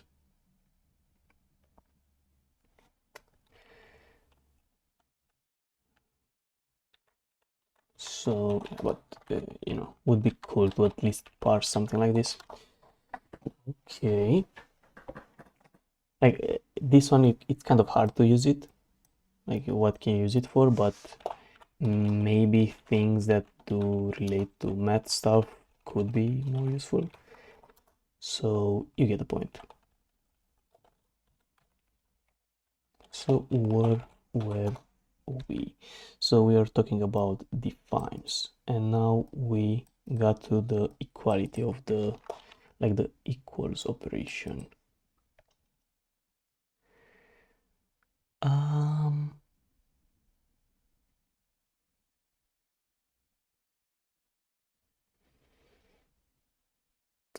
I mean, it's kind of weird. I don't like the name equality. Even though it's like, it means equivalence, right? But it's like, it has to be like there should be a better name for this thing, but I don't know. I don't know the name. Okay. Like I would call it equality in the sense of like it's two things that are equivalent to each other, but not sure. Anyway, let's look now. So expression. So yeah, an equality has two expressions, left hand side and right hand side. These two need to be equal. So as I said, expressions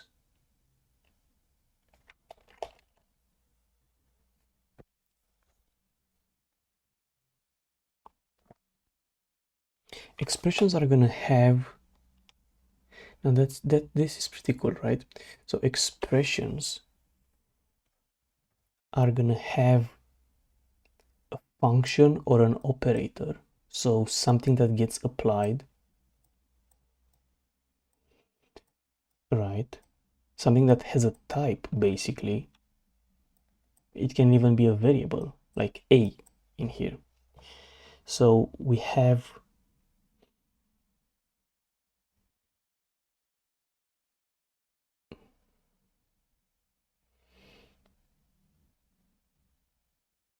like, I guess in here it's the id function, which it's nothing basically, so you get that. And the other important thing is the list of arguments. So if you think about it, this is just calling a function in C, basically. It's like calling a function. Now, it's kind of interesting to, try to figure these things out. It's making me think. That's kind of cool. So this is basically a function call, if you think about it. So if we go here, maybe we can try to get it that way. So it needs to be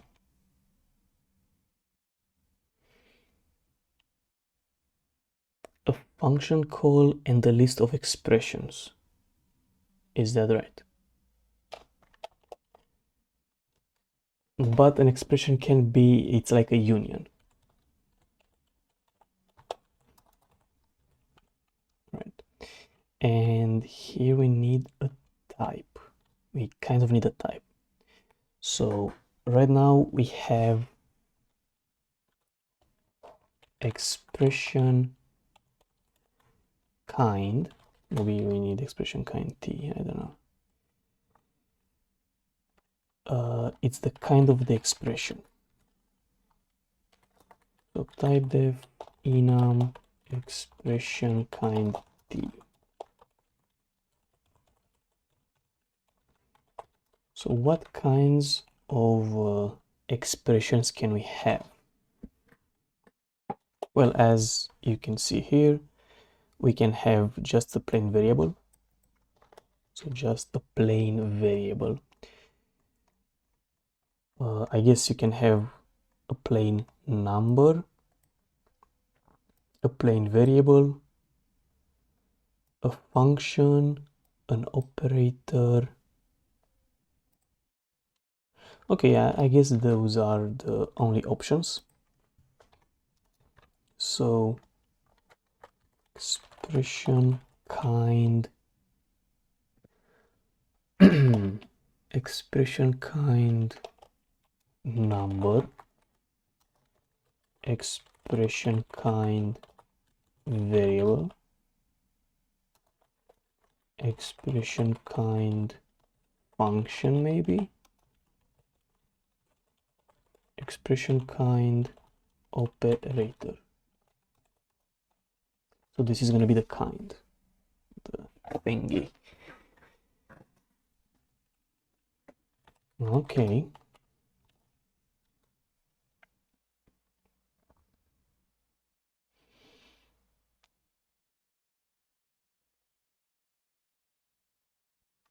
And I guess, yeah, that's kind of it.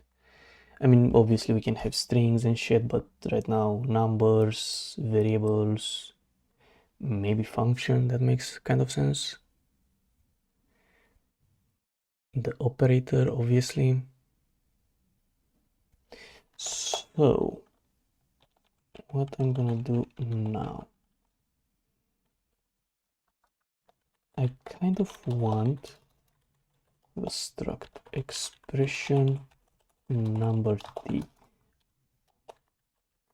Now in the past I would have done here the string slice number, but I think I want to use a wrapper structure because otherwise it's gonna be hard to update it, because it happened to me to need to update.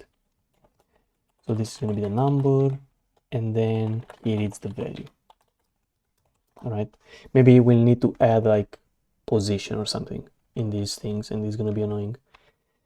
But my idea here with this structure is that if you have a number, then you are going to use this variant of the union, the number, which is just a value, straightforward. If you have a variable, kind of annoying that I differentiate between variables and functions. That's kind of annoying me. I think I don't want to differentiate between variables and functions.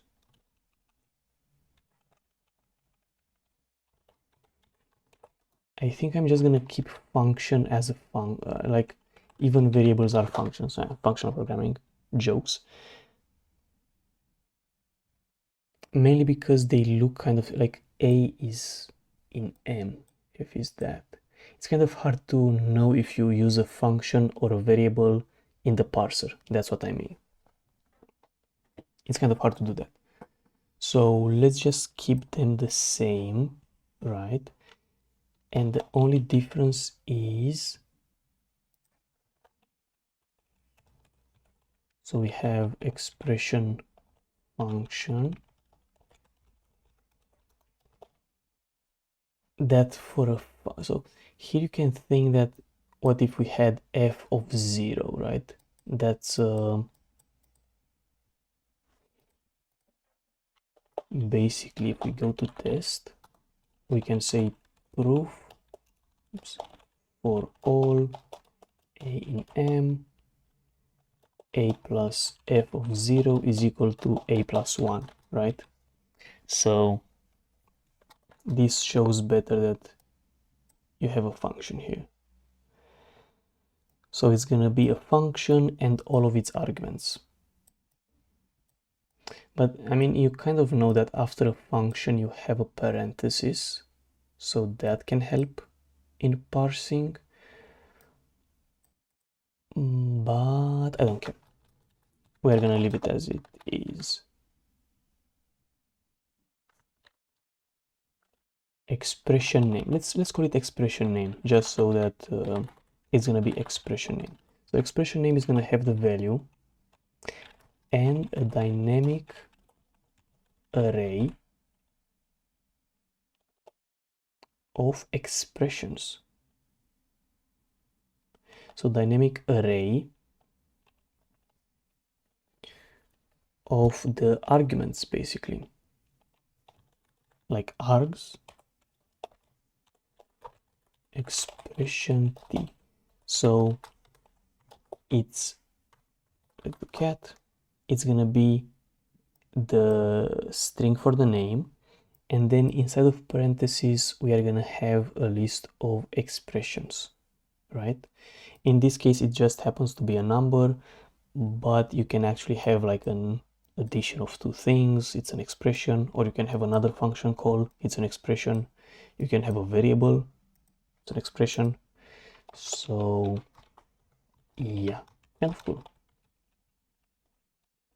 So let's say here expression name t, it's a name.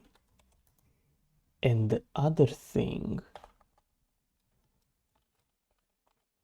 it's an operator. Expression operator. Now with the operator,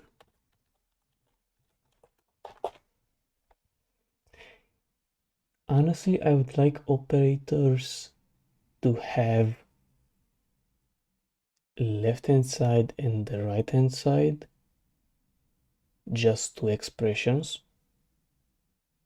because otherwise it's gonna be kind of annoying to have like ternary operators and bullshit operators, right? So that's kind of hard,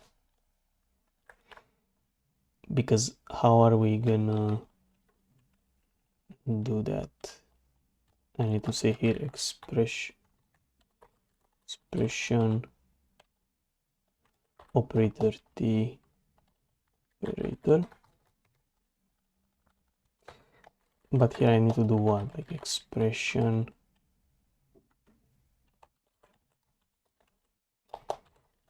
left hand side and struct expression t right hand side. Is that what you're supposed to do it? I guess so.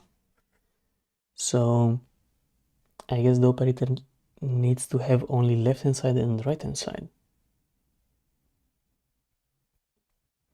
because otherwise it would be kind of annoying, right? And the order of the operations, it's also interesting.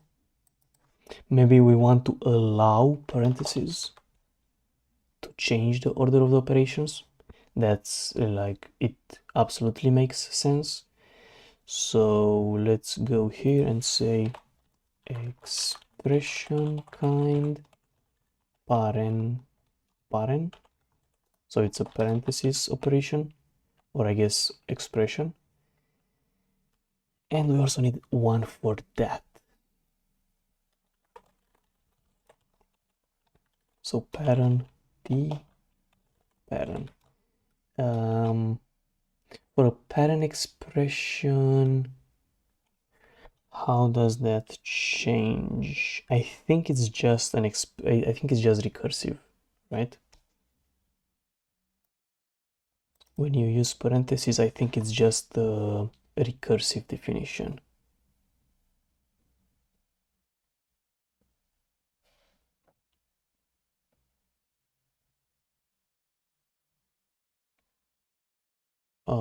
Let me think. Yeah, I think it's just recursive. But I don't know. I don't know if I want to just define it here for this one, like this.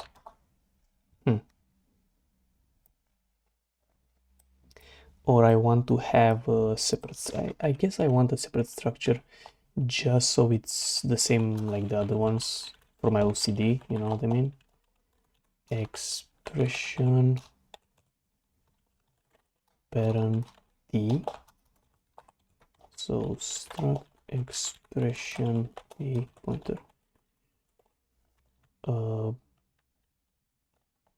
expert, and that's that. So expression parent t, and then we have it here as well. Okay, that's nice.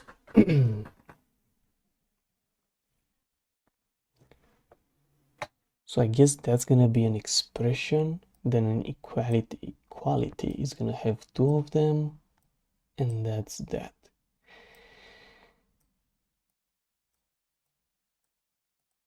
And I guess the interesting part is gonna be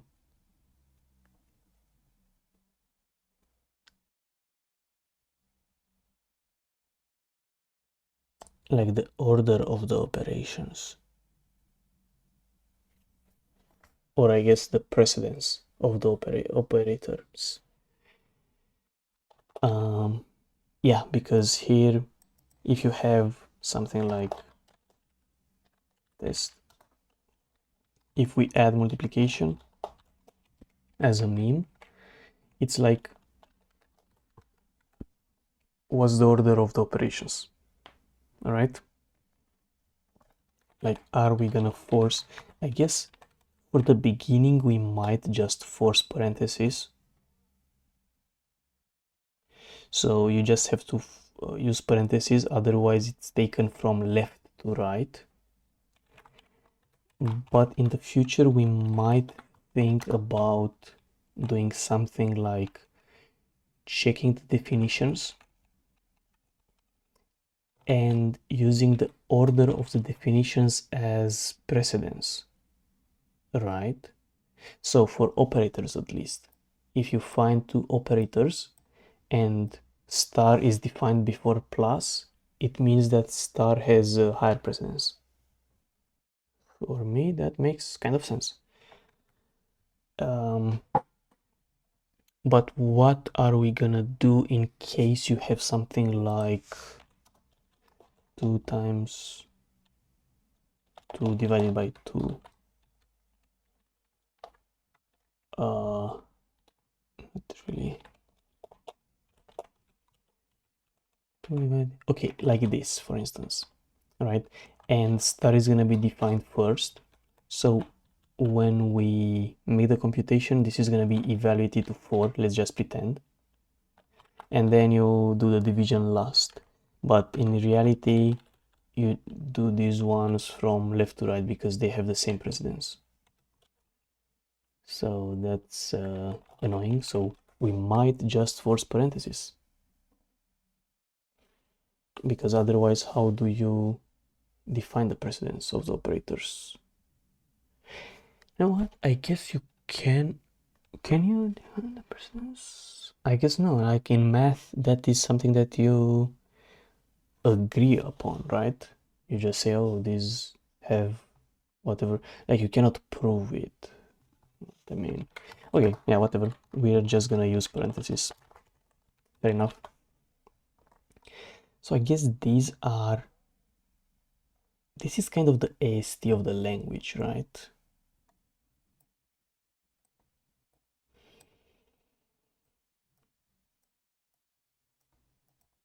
I think this should be fine. Don't really see an issue with it. So yeah, we can just try to implement a parser for this thing, but I mean, this one is already pretty long, so I'm not sure if we actually have time to fully implement a parser today.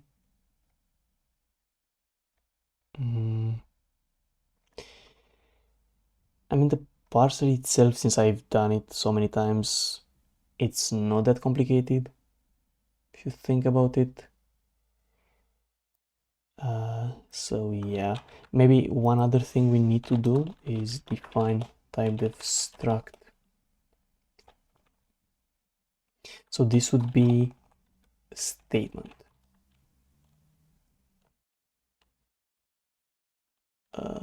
We need a list of, so I mean, I'm just gonna call it program.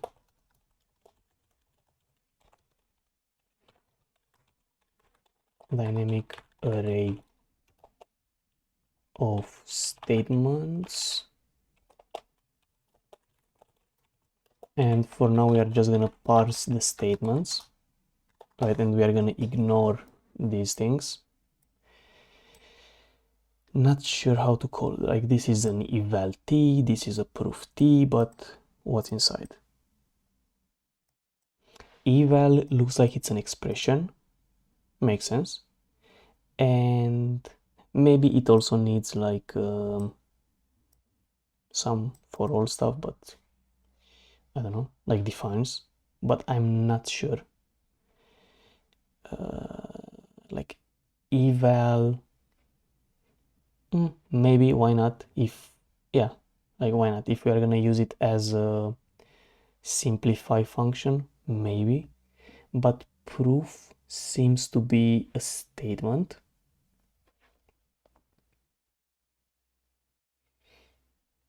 So proof seems to be a statement. Maybe eval it's something like close to a statement, but it only has the, you know, left hand side.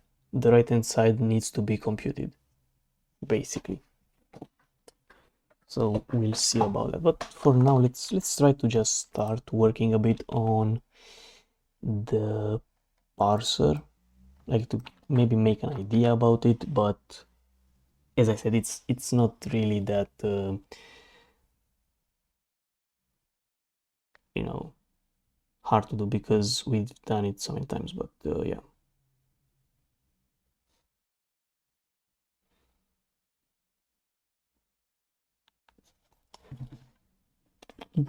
So let's try to start with copy pasting this thing. So this was the parser for the entire makefile from the makefile thingy. So let's do parse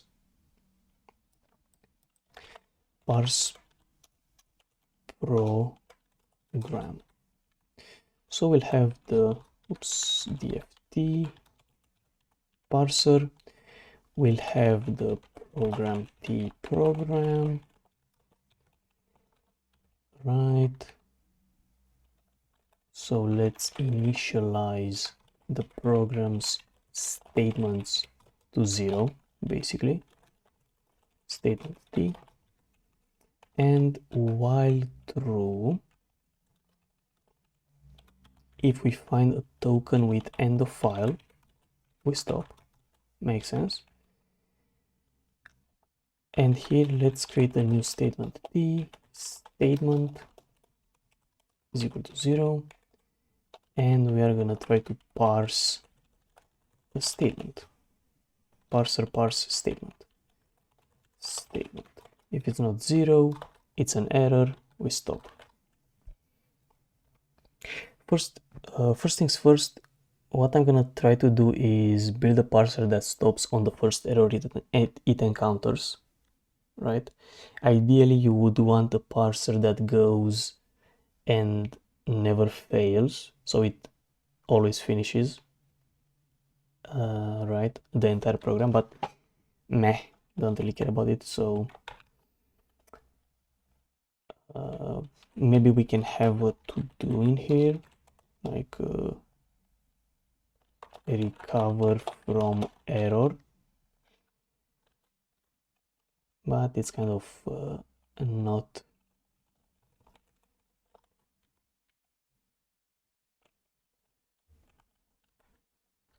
Can I even do parser? It doesn't look nice anymore. Okay, anyways, so at this point we are just gonna add the statement to the list of statements. Pretty straightforward. Okay, with the while true until we get to the end of file. Nice. So I guess parse rule, or in our case it's going to be parse statement, is going to be the interesting one.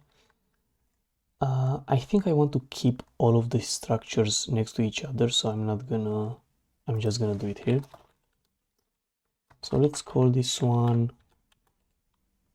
df underscore parse statement, df underscore et statement t statement. So how do I like to do this stuff? Apparently we are just gonna define a token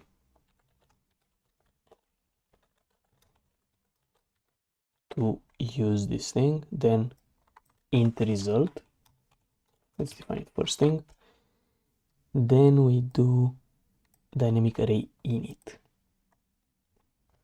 I mean, a statement has some defines and an equality, so we can initialize it. Why not? So let's just copy paste this thing as well.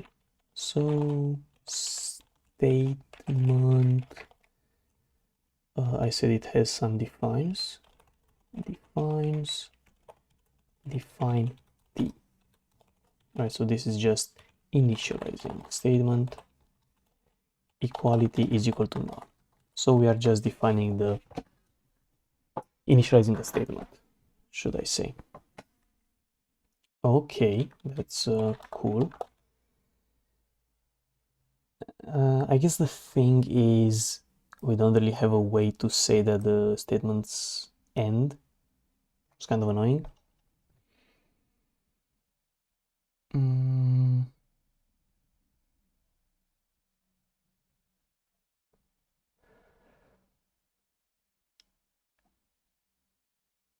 I mean, we'll see about that. Ugh. Yeah.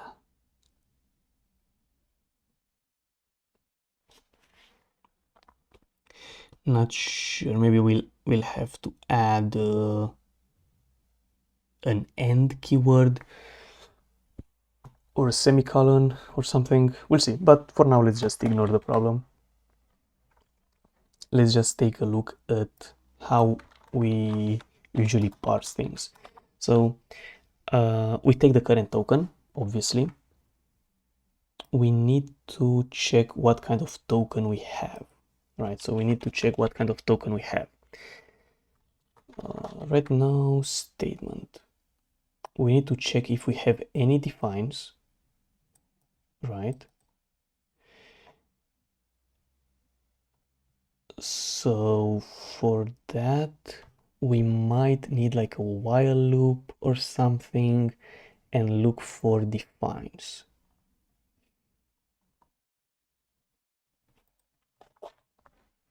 Like that's also an interesting one. Maybe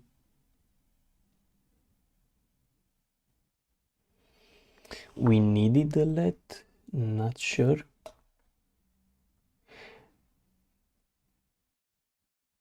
But for a define, we absolutely need exists or for all. you cannot have a define without exists or for all. So that's something. So we could have a parser for the defines. So I would say static int parser parse defines. Parser t pointer parser, and I think here I want to have a dynamic array pointer defines, right? And I think I would just call it. So if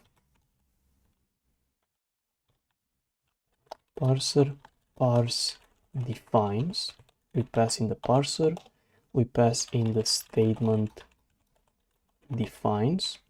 If this thing is not 0, I'm just gonna do another to do and recover from error. Obviously, let's add the usual defer return result. Okay, so that's basically the end. And after we parse all the defines, we can resume to our stuff. So one thing would be, the fuck am I doing? Token is the current token, and if that token, I mean, we are basically expecting, this one is kind of optional, but it's more like if statement defines, like that's basically the end. No, the arrow is basically the end for defines. So should the defines one read it? I don't think so. I think it should stop. So if this thing is greater than 0,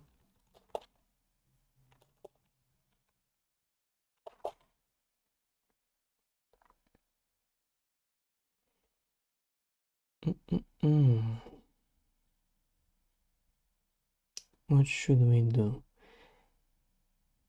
If there is no arrow, then it's GG, we stop.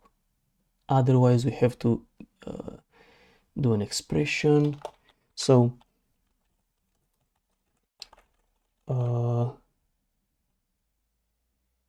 shit.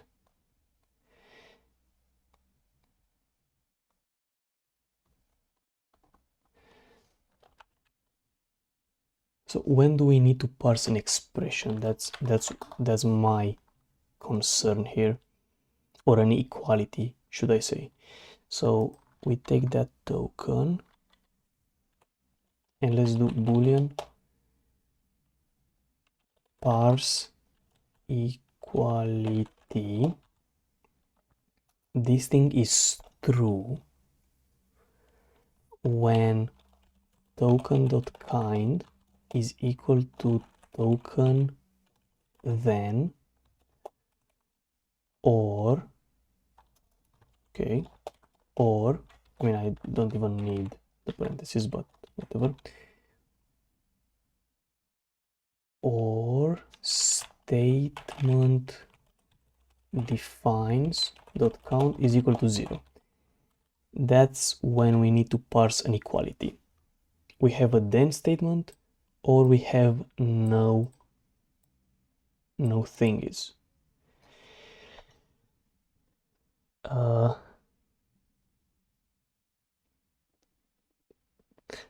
I mean, it's kind of annoying.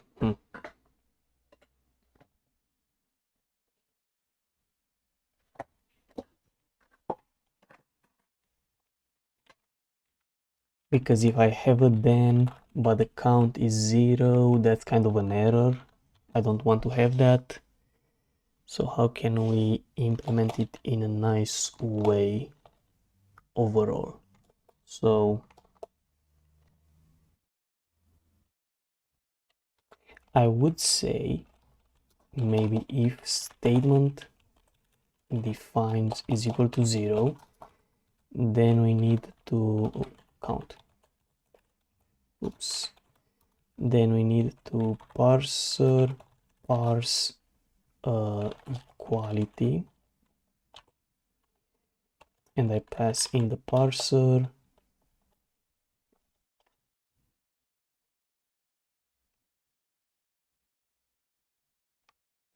or at least let's do like a comment, parse equality is equal to true or something. Then when do we have another thing similar to this? Defines count is equal to 0. We try to parse equality. Otherwise, obviously it's the other case. We need the token. If token kind is equal to token, then parse equality is also equal to true.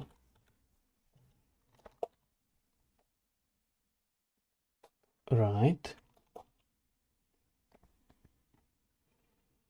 Otherwise, we don't really care.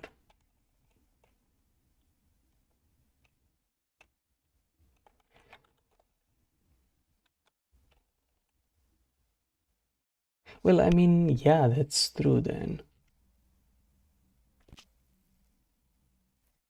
This thing is true.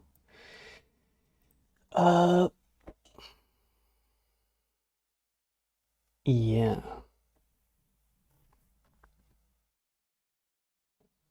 I mean, in this case, when it's a then token, we also need to forward, step the parser read basically. We need to step the parser. No, what? Parser read.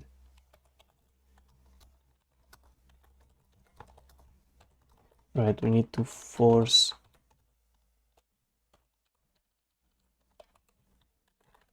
parser read.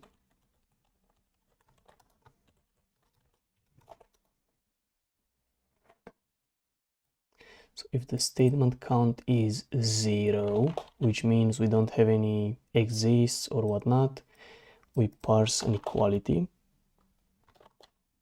Interesting, we also have sets here, but yeah. Okay. Otherwise, if we have some defines, we need a then. Or we don't really need a then, but if we find a then we parse and we skip this token. It's like here. Here we have an arrow, so we expect an equality, but here we don't have an arrow, so we don't expect an equality. That's the idea. Okay then. So maybe this variable is here and it's equal to false and something like this. Okay, and then if parse equality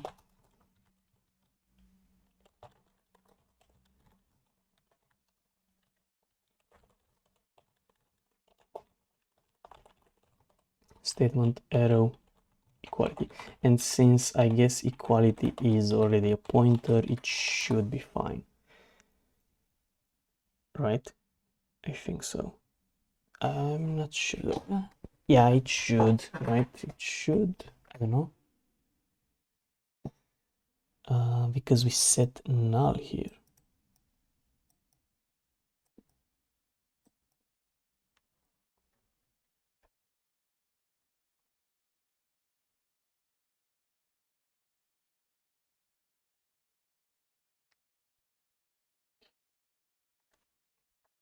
That's kind of annoying.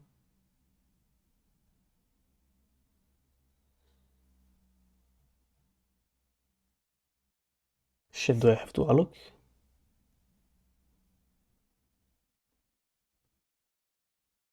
Hmm.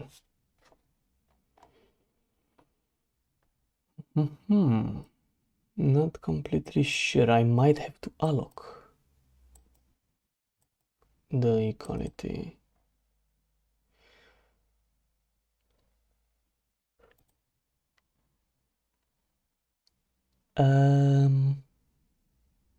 Yeah. I don't know. Do I have to allocate it? I don't fucking know. Because I cannot use it if I don't allocate it. So I might just have to do statement equality is equal to ds malloc null and size of, I think it's equality t. Yeah.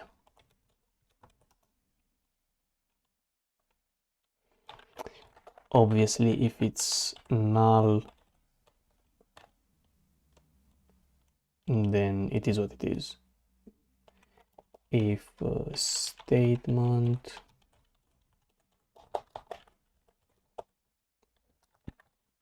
the Hispanic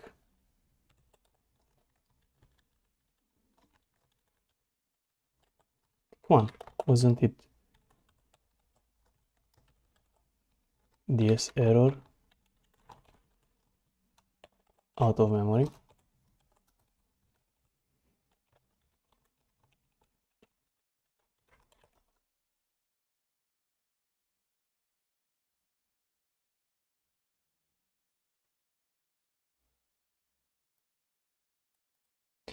So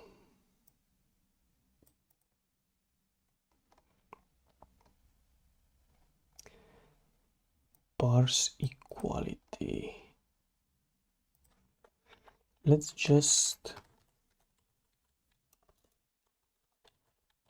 equality, right?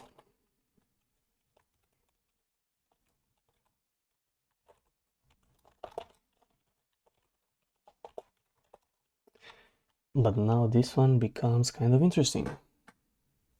Pretty annoying, actually, because how are we gonna... I mean, as I said, it's gonna be from left to right. We don't care about order of the operations because we don't have operations. So yeah, I mean, sucks to suck, you have to use parentheses. So that's gonna make it a bit simpler.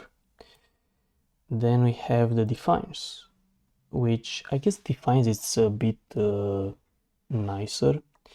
And I'm still not quite sure. I think this should be fine. Like, we are parsing all the defines. If you don't have any defines, you need an equality.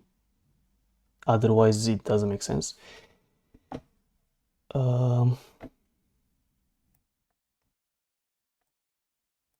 Then same for this one. And I guess the other thing that we need to add in an expression, which I missed, was expression kind set. We need to be able to use a set in an expression. So that's something. Expression set t. So for expression set t is just going to be the name, so it doesn't matter that much. So this is just a set with its name. So yeah, let's try to go through the defines now. So how are we going to parse defines? Well, as per usual, we need the token and the result. All right.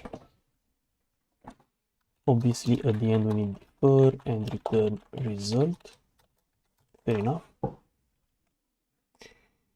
We need the first token at this point. Let's see. So defines is an array of defined t. Am I right? Yeah, an array of defined t.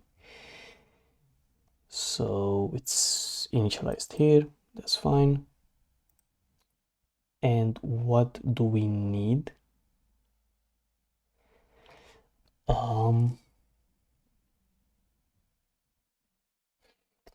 Well, we need to find something like for all or exists. So if this token for all or token kind not equal to token exists, we are basically cooked. We need the line, the column, and we are just going to do this kind of error.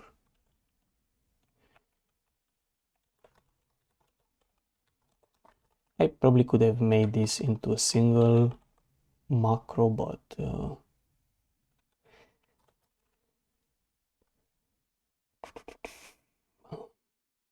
parser. Let's try to write a macro for this thing. Define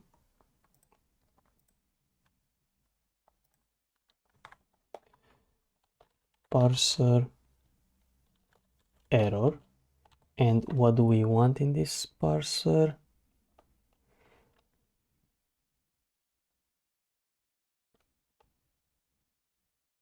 And it's kind of annoying. I don't really care. Expected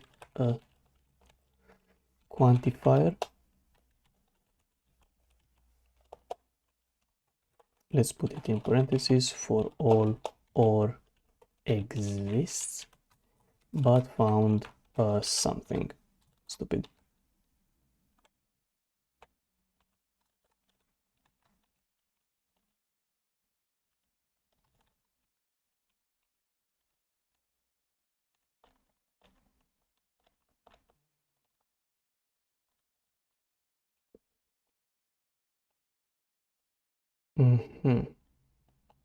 Fair enough. I don't know if I want to print it with dslog, but yeah.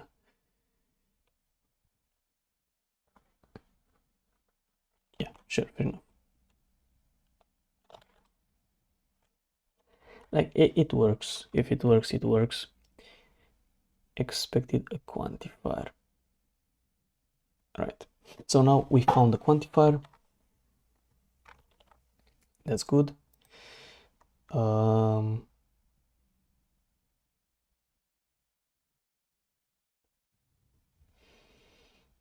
Right.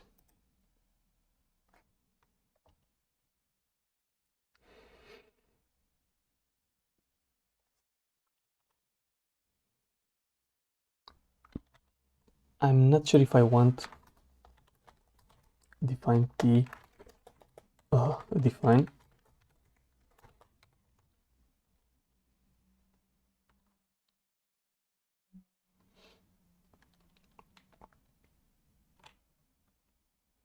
t define.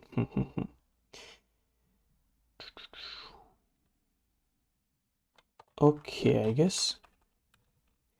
I mean, let's make it simple. If token kind is equal to token for all, then a define dot quantifier is quantifier for all, else if token kind is equal to token exists, then define dot quantifier is equal to quantifier exists, and then on the else case we just show the error and shit the function. Okay, that's fair.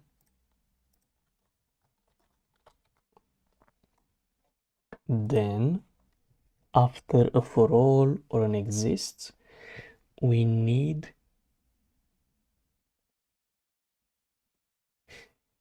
what's interesting, since this one is parse multiple defines, it's something like if there is no quantifier, then we just stop.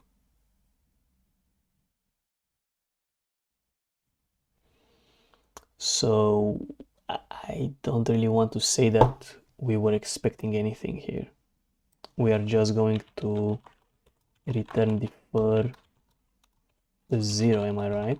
Because we don't have an error, actually. If we don't have any defines, we just stop. I think that's how it is. We might even have a while true in here, and this one is just a break. You know what I mean? Because at the end of the execution, we might want this unreachable. We might want something like this. We want to append in the defines, in the define.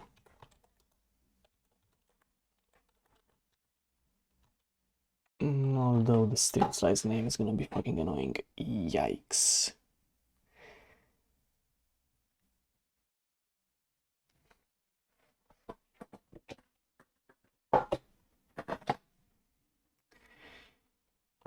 But I think no, I think it's fine. Yeah, it should be fine. So I think that's how we are supposed to do it, right? It's a while true, and while we are able to find for all or exists, we continue parsing. Otherwise, we just break. Okay. Now, thing is, what I think about this one, maybe I want to simplify it a bit more and do it like this, because otherwise it's gonna be way too difficult. It's not way too difficult, but it's more convenient for it to look like this from a parsing standpoint. Hopefully it makes sense.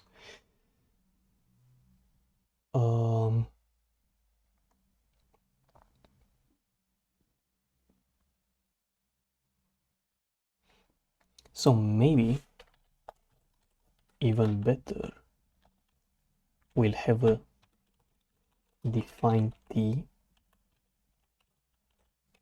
define, and we are gonna try to parse a single define. How about that?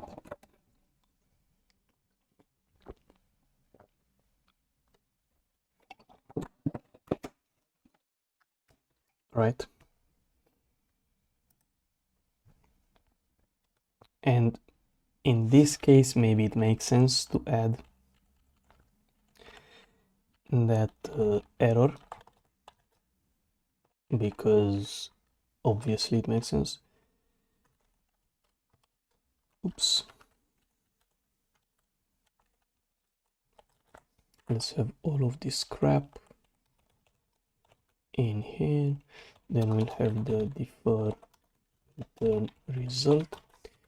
Okay. Define arrow is equal to define quantifier. Then we're gonna print an error, of course. Then what's next after that is a variable name. So we are expecting a name. Let me just cat. We are expecting a name. So we need to read. The fuck am I doing? We need to read the token. Next token, please. Nice. And we need to make sure that the next token is in fact token kind is a token name. Straightforward. If it's not, then error. Boom. Expected a name, but found some kind of shit. Okay, and if the name is good, then define name is equal to token.value. Boom. Then we are expecting colon, token colon, expected a colon but found some stupid thingy. And then after the colon we are expecting a set. expected a set but found something else, and for the set we are just going to add it with type. Ew. Let's add another one that parses a type, because why not? But I think I'm gonna do parser read, and then if parser parse type parser define type is not equal to 0, then we just return defer 1 and to do recover from error. Okay, let's add this function as well. Let's add parse type t type. So we did a read, so we are expecting a type at this point. Now type is a list. So when we are parsing a define, before we go into parse type, I think I want to do it here. I want to do this dynamic array init. I'm not gonna use allocator this time. Maybe I'll change it on my own, but I don't really care. Type. Actually no. Let's do it here. Type arrow names.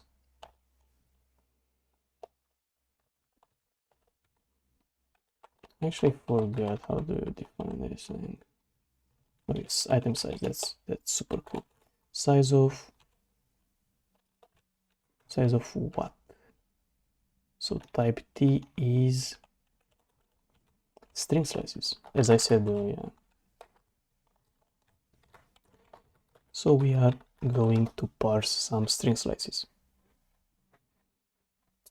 Parse type. This one should be a while true. Okay, it's a while true. We need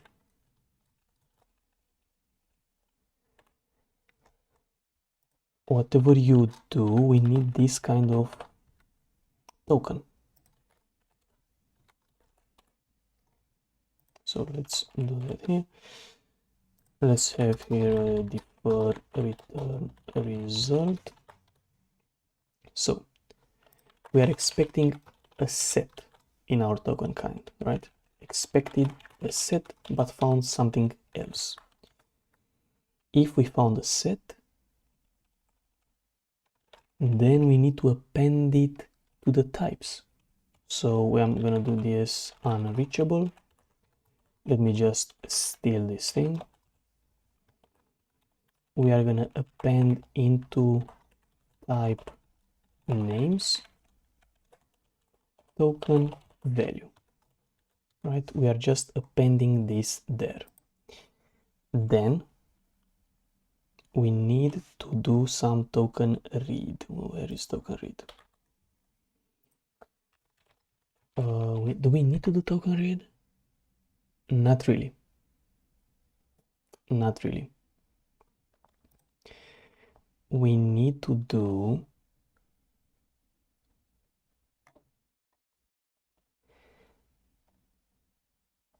shit, where is token coming from? Parser token. We need to do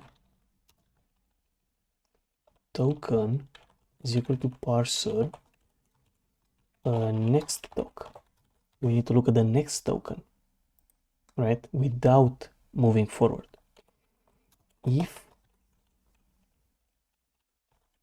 token kind is equal to token arrow, it means we have another type right next to, like, we have the next type.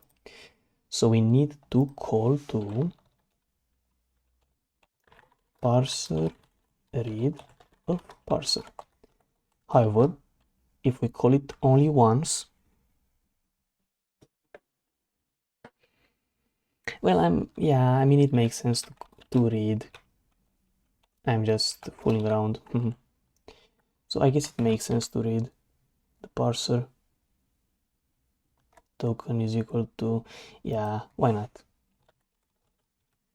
Right, so if that token is an arrow, it means we have to go next. So I could just say continue, right, or something.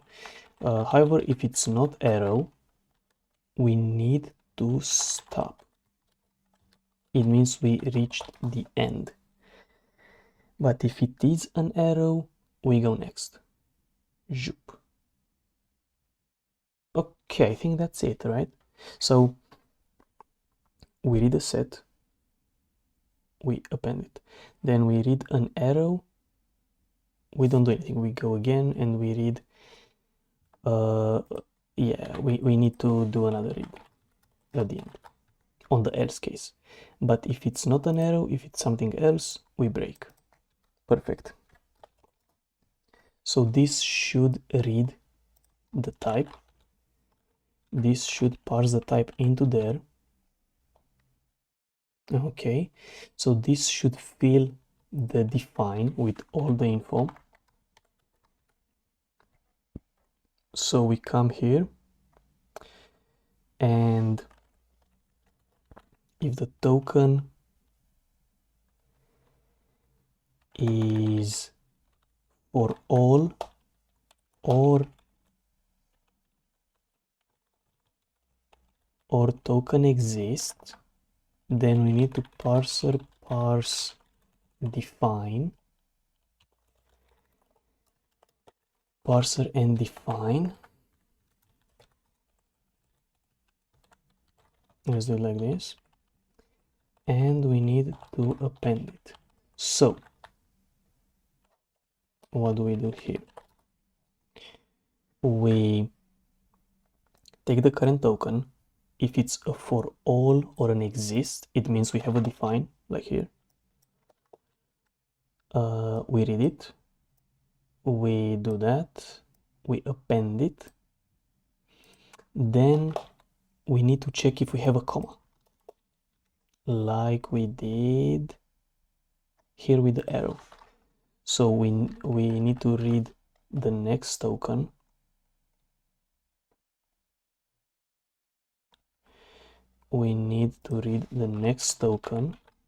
after we finished reading this for all. If it is anything else, like for instance here, we just break. But if it is a comma, so if it's not a comma, we break. Otherwise we skip it and we go next. I think it should be good. Okay, and this would read all the defines.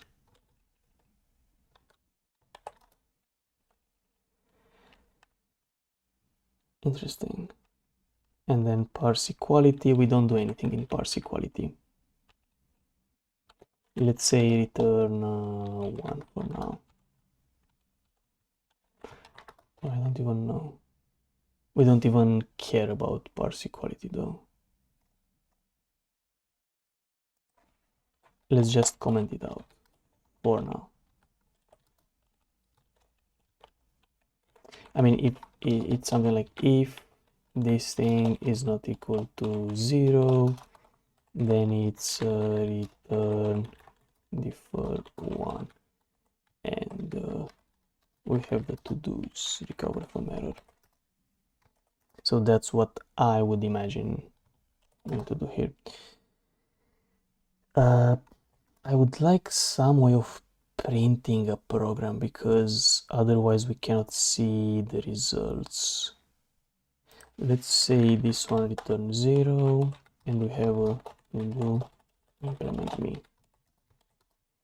But I would like to see the, let's do test2 and let's do only for all exists DNM. Let's only have something like this for now. So how can we easily implement a printing for our data structure? I mean, it's just printing the data structure, so it shouldn't be static void program dump. And let's say we ask for a pointer. So for unsigned int I 0, I is less than statements, or I guess program arrow statements count I plus plus statement t pointer statement is equal to null, it's unreachable, get ref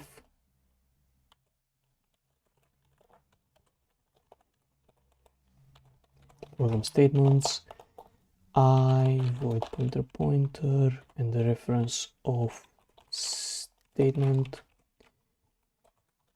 Okay, and then I'm gonna say statement dump, pretty straightforward. It gets a statement, static void statement dump t statement. Shit, what did I do? So statement, we have something similar. Unsigned int I is a 0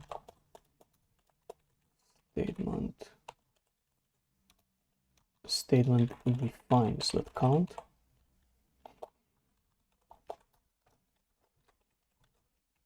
I plus plus, we need to do define is equal to null, ds unreachable. I'm just gonna copy paste this.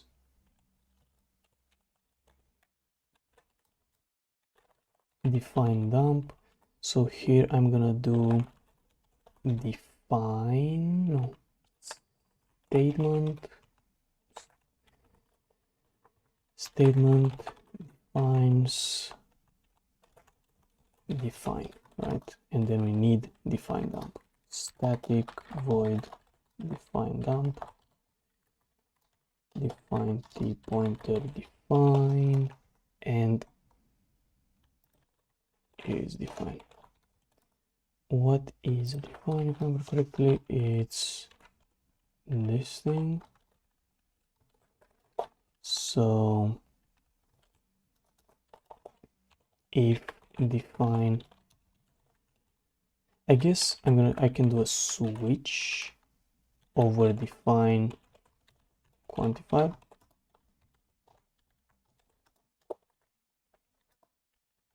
So if it's a for all, I'm gonna do printf for all and break, and here it's printf exists and break. So that would be the quantifier. Then we have printf percentage point like dot star s for the name. So it's name dot define name dot len, define name dot str. This should print the name. Right, maybe I just want to have the space. And let's end with the new line for now. And then we'll see about the type. So let me just define here parser t parser is equal to 0. And instead of doing this stuff with the tokens, I'm gonna do parser init, parser Lexer, and then we can say parser parse program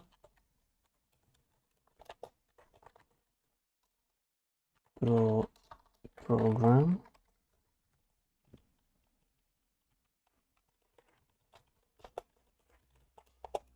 is equal to 0, and then I can do program dump.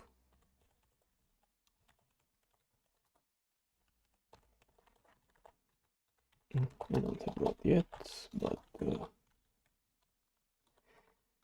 and let's cat test2.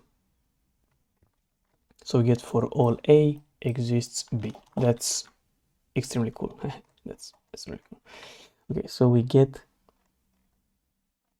the dumps as they should. That's nice. Let's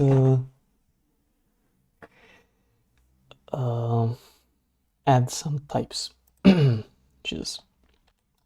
So I'm gonna do type dump, and in here I'm gonna do reference to define type. Right, so we just need to add type dump static void type dump type t pointer type and type, if I remember correctly, it's just a dynamic array.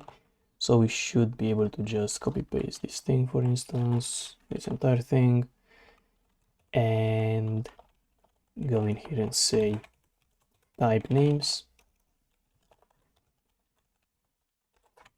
type names. This should be a ds dynamic, no, ds string slice name,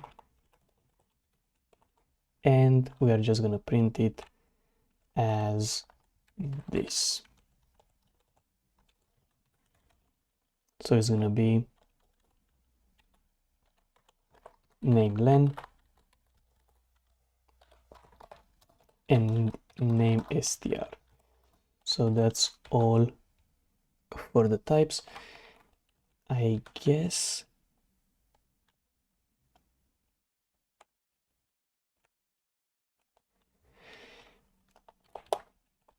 what I should do is maybe print f something like this,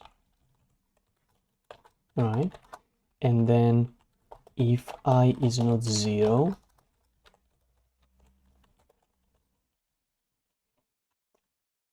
print f arrow,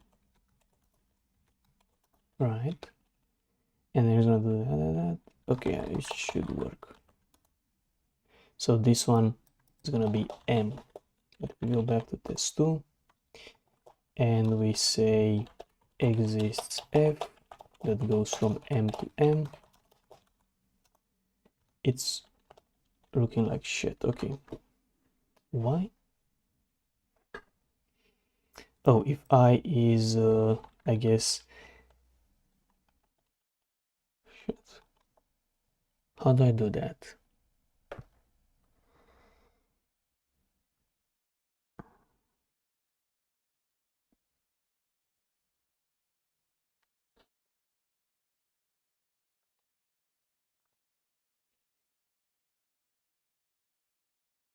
If I is less than type names.count or something -1, right?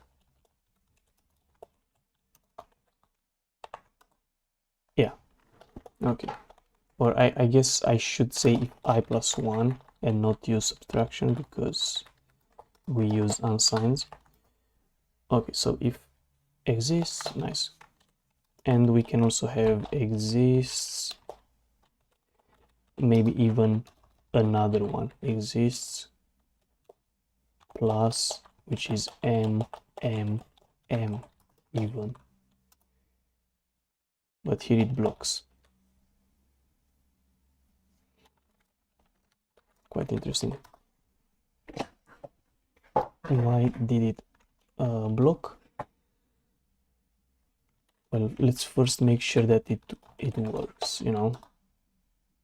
Oh,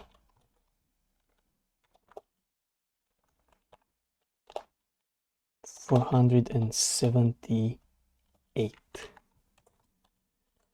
I guess here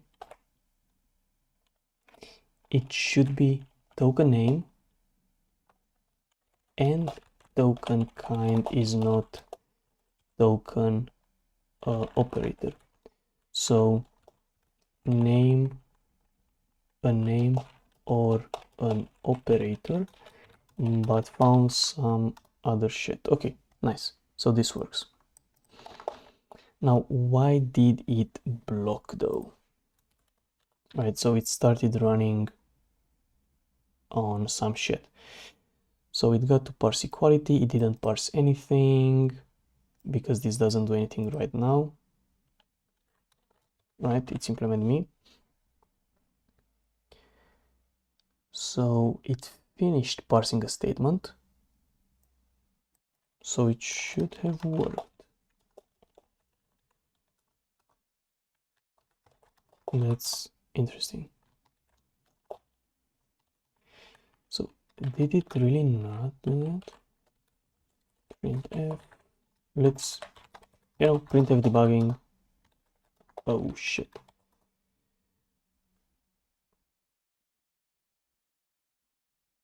Parse statement.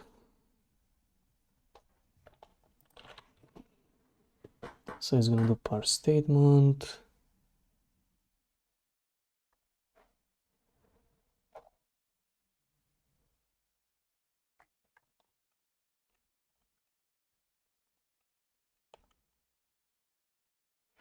I could do,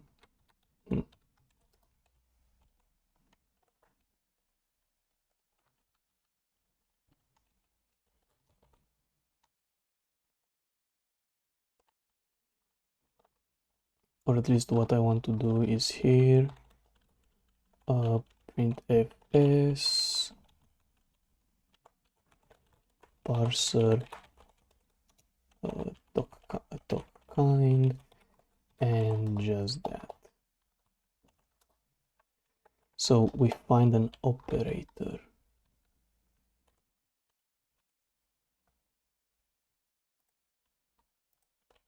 Parse statement. It parses the defines. Then parse equality.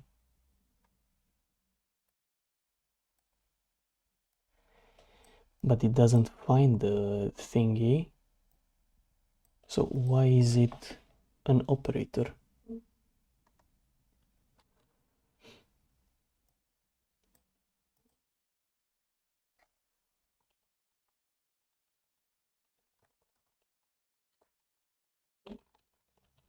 So it's somewhere here maybe. What's the token kind? I'm curious. Exists operator.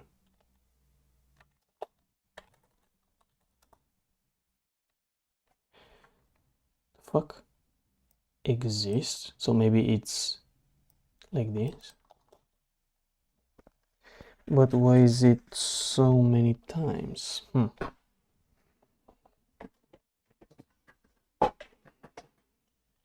Let me see what's the parser. Should be the same thing, right? Yeah, perfect. So what's the next token kind? Exists name.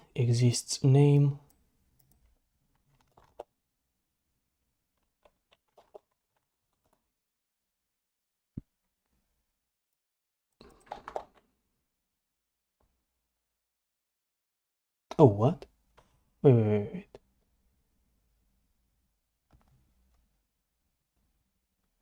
So parse defines.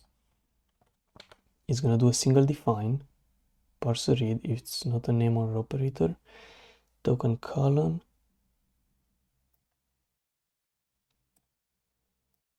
Parser read. Parse type.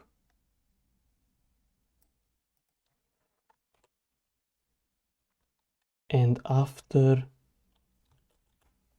you are done with parsing a define, what's inside of parser token?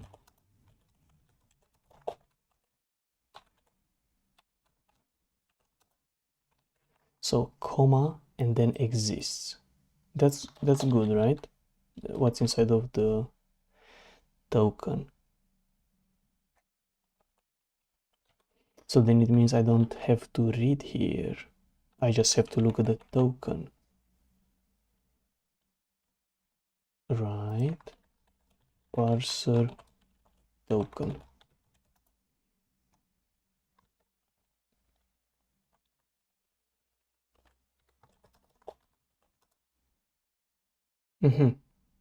Exists. Operator. Okay, nice. So that's that. Right, it didn't make sense to look at the token. I just had to do that. Maybe I don't even need to. Maybe I just need to do that. Okay. And this function with defines is used here. So at this point,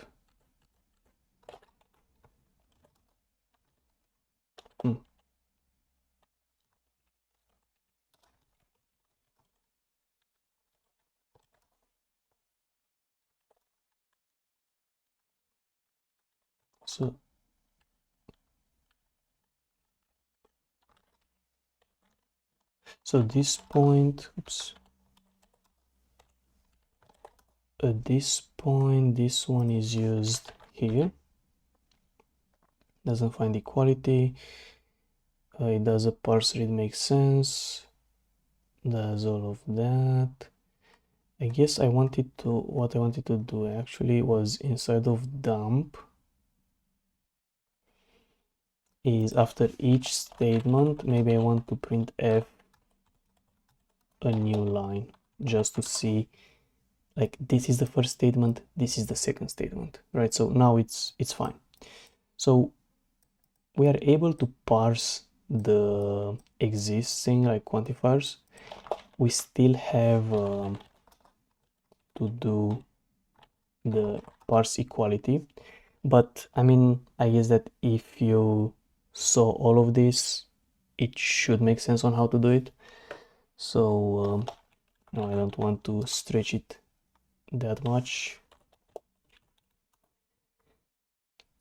Or maybe, I mean, parsing expressions is always interesting, right? But these ones, depends. We don't really care about the order of the operations, so that's gonna be one thing. But I mean, yeah, maybe it's gonna be interesting to parse these expressions. So we could do them together. Why not? So yeah, I guess that's it for today. We managed to get some AST going. I mean, it kind of looks decent. Don't see any issues right now with it. We'll try to play around with the language as it grows. But yeah, next time we'll parse expressions, and after we have the AST done, we'll see what we can do with this language. So yeah, until then, see you.